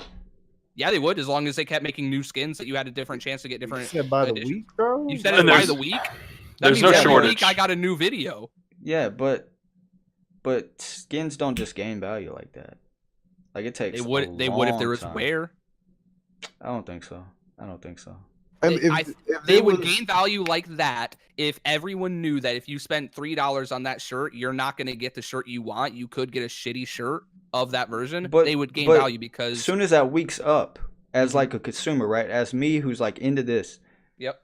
At a week time, I don't know how many of those are in the game. I got to let the market settle. Sure. Because for all I know, 2,000 people got lucky and they all got a really great skin. So why would I go and buy the first $500 one when in a month from now there could be flooded the market with a whole bunch of them? And that's the risk you take. That's a risk you take if you do it in the first week. CS:GO's the same way. When they come out with a new crate, you don't buy it. But you know it going in that's going down. That's going to happen. They would do it CS:GO though. What CS:GO does though, as soon as you open the crate, you can't trade that gun for a certain. You can't. You can't trade it for the first week. Yeah, you can't trade it for the first week. While it's all while it's on the market, you can't trade it. That doesn't make sense though to me for the Rust one. Why would they make it to where you couldn't trade the item right away when there's no difference to anybody else who bought it? Because they want the money instead of Steam getting a portion. Right now, like Rust, gets the full It's price the if you week, buy it straight too. from Rust for It that goes week. back to that week. Versus if you got people going from that week and going straight to the community market, everybody would buy it off the community market. And I Rust would think get a small also portion. it's just not as big. So like, there's skins out there that one person, Rust ad game. There's one person out there that could have one of these skins that no one else has, and he doesn't even realize it because he was the only person, that bought that one ugly ass fucking shitty skin. It's probably me. I got a bunch of ugly ass skins. So, but even in that perspective, is like time. Even in that perspective, if there was still gambling skins, what if I was the only dude who thought this Dead Souls chest plate was cool, and I bought it, and even if I got a shitty rusted version of it, what if I was still the only one? Yeah, I was still the only one. So guess what? The only piece of this armor I think in the game I think is it would. rust on it. I think it would take you off. want it on every item? What? There's way too many items in Rust to have it on every item. Maybe not every item. I think Cyborg has a good point if they implement it on like 1 or 2 items. Yeah, I think you would have to stick to one or two items just for memory's sake. God damn! If they add more memory to that game, I'm taking it off my fucking list. It's got so much fucking assets. Like, look, we're coming out with this AK. It's gonna have a random. Here's the pattern. You can have a random chance of landing on any of these. I'd be down. Okay, but if you're talking like here's a set, and the odds of there ever being a matching set out there is 1 in a million, and you have a week, good fucking luck. Yeah, but how cool do you feel when you buy the whole Phantom set? How cool would you feel? Not very cool when you spend $2,000 for it. No, hold on. You spent $4 on this perfect Phantom set, and it's perfect. You're like, yeah, it looks nice, and there's a chance that no one else has it. You log in and you see 10 dudes with the same perfect Phantom set. You don't walk into that group of 10 people wearing Phantom and you're like, yeah, fuck you, I got a clean helmet and your helmet looks like shit. No, because I can do that with expensive skins. But that was almost the coolest. That was almost one of the coolest points of Counter-Strike is like, yeah, you might have an Asimov op, but look at that huge ass fucking swipe of paint off it on the side of it. Mine's clean and not like that. Yeah. You would have bragging rights, and it makes not only. But think about it like this: the thing about like CS:GO is like if you show up with like a dragon lure. Yep. It doesn't matter if you got a shitty one or a nice one. You're shitting on everybody. Nobody's running around with dragon lures. Yeah, but what if there's another guy in your lobby that has a dragon lure and it's the highest quality dragon lure in the game? You still have a fucking dragon. But he's gonna shit on you. Yeah. Anyone. He's gonna say, "Yeah, you know what? Mine's about $3,000 more than yours, though." It's you like piece of shit. It's like if you like just hit your first million, this bitch got fucking 100 million. Like fuck that. He's like, "Yeah, you're a millionaire, but I got 100 million." Yeah, we're gonna agree to disagree on this. We've been at this for a while. I'm with you, Cody. Yep. Tristan's not a skin connoisseur. He has no skin. I ain't gonna buy that shit. Fuck that. Yeah, but he would if it was only 99 cents. Yeah, I would if it was 99 cents. I spent about $5. Maybe. Yeah, and then he that's what I mean. Like I said, I've tripled mine. Just not as effectively. I've looked at my Rust skin because CS:GO's is over 1,000. What? Yeah, my Rust skins are worth over 1,000. How much real cash? How much real money could you make off that? You think? Over 1,000. Well, because we're talking when you buy it off the Steam marketplace, though. People pay with No, I'm talking Steam... about when I looked at what the current prices were. When you look at your prices, what they're going for. Because you can trade these items, right? On yeah. Okay, because you can make actual money off these items by trading it to somebody after they like PayPal you a certain money. So you're telling me that PayPal money, your inventory is worth like $1,000. Yeah, mine's probably like 400 right now. You imagine? I mean, I guess it's hard for you to obviously agree with me on it because you already have made profit off it. But yeah, in my mind, I think you're thinking like, holy shit, how much? Yeah, that's what I'm thinking. In my mind, that $1,000 inventory, especially if you have a $1,000 inventory, could be worth like $20,000 because you have. I see where you're going with it. Cool, but at the same time, I could agree if it was for certain items, but I could never get behind the set. I think the sets would bomb horribly. I think at first they would be a huge set and everybody would be doing it, but after a while, people would realize like, all right, man, look, I guess nobody's getting matching sets. Everybody's like. Because none the 4 items that are always matching sets and take the other 4 items and make those the gambling skins. Like guns, I feel like guns, you could get away with it. Yeah, I think you could get away with it.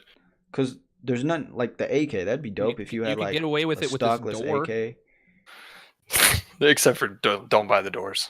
I'm just saying, you Except could get for away with it with the buy door. doors. There could be pieces of the glass that aren't painted as well as like, Nah, the doors other. don't go for much. But I'm Well, just yeah, saying, yeah, in I a get what you're sense, saying. It wouldn't be the high expensive items like the weapons, but it still could turn a 50-cent item to a $5 item. yeah. Which is I guess which is I the guess way I'll, it is. I'll let you keep your sets, Brian. But every other item on the store should turn into a gambling item. I think Doors, things like that, they wouldn't work. Yeah.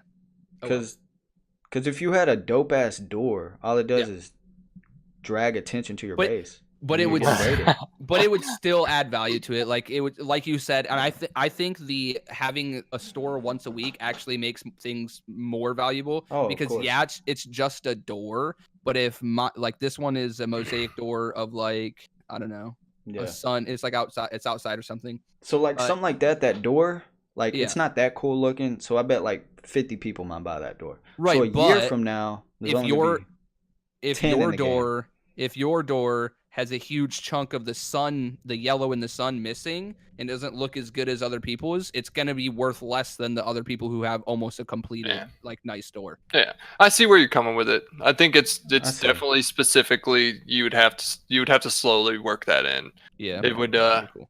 It would it'd only be work hard. for certain items. Hypothetically, it's not gonna fucking happen, so we can stop No, acting of like course it's not. gonna happen. But I don't know. I'm telling you, dude. They have a wiretap on. Like people are watching our podcast. The high ups, they're watching. Good. Rust? Good. Good. Don't fucking do Good. it. Good. Rust. If you want another person in your game, add skin gambling. He already bought your game? It doesn't matter. Listen, if you want me to buy it, just put in $1 and then give me a higher chance. I'll be tossing out these dollars by the week. Well, that's what I'm saying. Even now, though, like I guess with the way they have it, it's almost worth like investing into it, kind of. Yeah, I mean, Oh, I've put in definitely. probably like You guys make me want to 150, invest money into it. and I probably made 400 out of it. This is the gaming Bitcoin. You have found it. I mean, yeah, kind of. Now, here's the other issue. There's just not a big enough community to sell them as fast either. Yeah, that Like would be the issue, CS:GO? selling them. CS:GO is you could sell it tomorrow. Like, See, that you would could be sell the it so that would be quick. the issue. I don't think The the issue would be turnaround getting time? them in the game. I think the issue would be like 'Cause selling. Think them. about that. Think about that SAR I have. That SAR I Yeah. have. I bought that SAR 2 years ago, and it has sat at $2, $3 for 2 years, and it's at Mhm. 30 something now, just out of the blue because all because it has the red dot like at the end of it, Yeah. and like people never saw it, and they're like, "Holy shit!" And it's a 2-year-old skin. So it's a different way. The hard Yeah. part is getting those skins off. Once you get them, like if you get the super Yeah. rare skin that's worth $10,000, Mm-hmm. I don't see you selling that for $10,000. You might though, because if it had the wear effect on it, if your skin was $10,000, you might be the only one in the game that has the $10,000 item. So you have everyone else in the game who wants your $10,000 item because it looks different Yeah. from everybody else's. Yeah, but I don't think the skin. I don't. But based I on think that would be the hard part. Is based selling on it. community size, I feel that. Chance. Yeah, based on community size, I feel that though, because there's still Yeah. like how many people in the community are really even interested in it. Mhm. Yeah, very few people in the community have skins. Very few people realize how cheap these skins are. They all think we're paying fucking $10 for that skin. Like Yeah, no, that actually. in like, when I reality, looked at I'm it- paying 99 cents. Like, Yeah, when I boom. looked at it, came to the page, I'm like, oh shit, you can get every skin for $10. Okay. Yeah. It changes week to week, but yeah, Nice. Like, what's the highest skin on the market right now? it's $500-600. It's the Yeah. the face mask. It could be 10,000. Yeah, $694 the punishment mask. So I mean, Yes. and that mask was probably $399.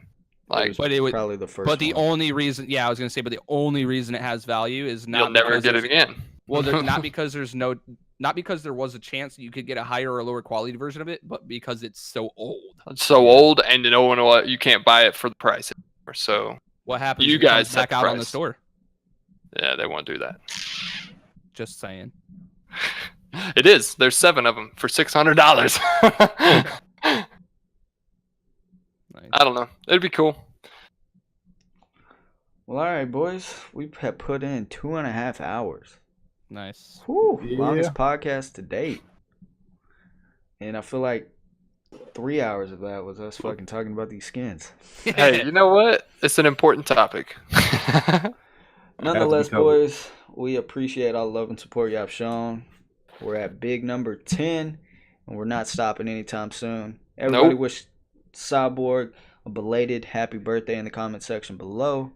Go 2-7. subscribe, check out Cody. All of his stuff will be in the description below. Check out recent videos. Remember, tomorrow, starting at 12 p.m. Central Standard Time, be episode 1 of Layers of Fear, where you see me scream like a little bitch for 30 minutes. And then every day after that at 12 p.m., the series will continue till it finishes. Thanks for tuning in, guys. We really appreciate it. And we will see you next week. Everybody have a good one. See All right, ya. later.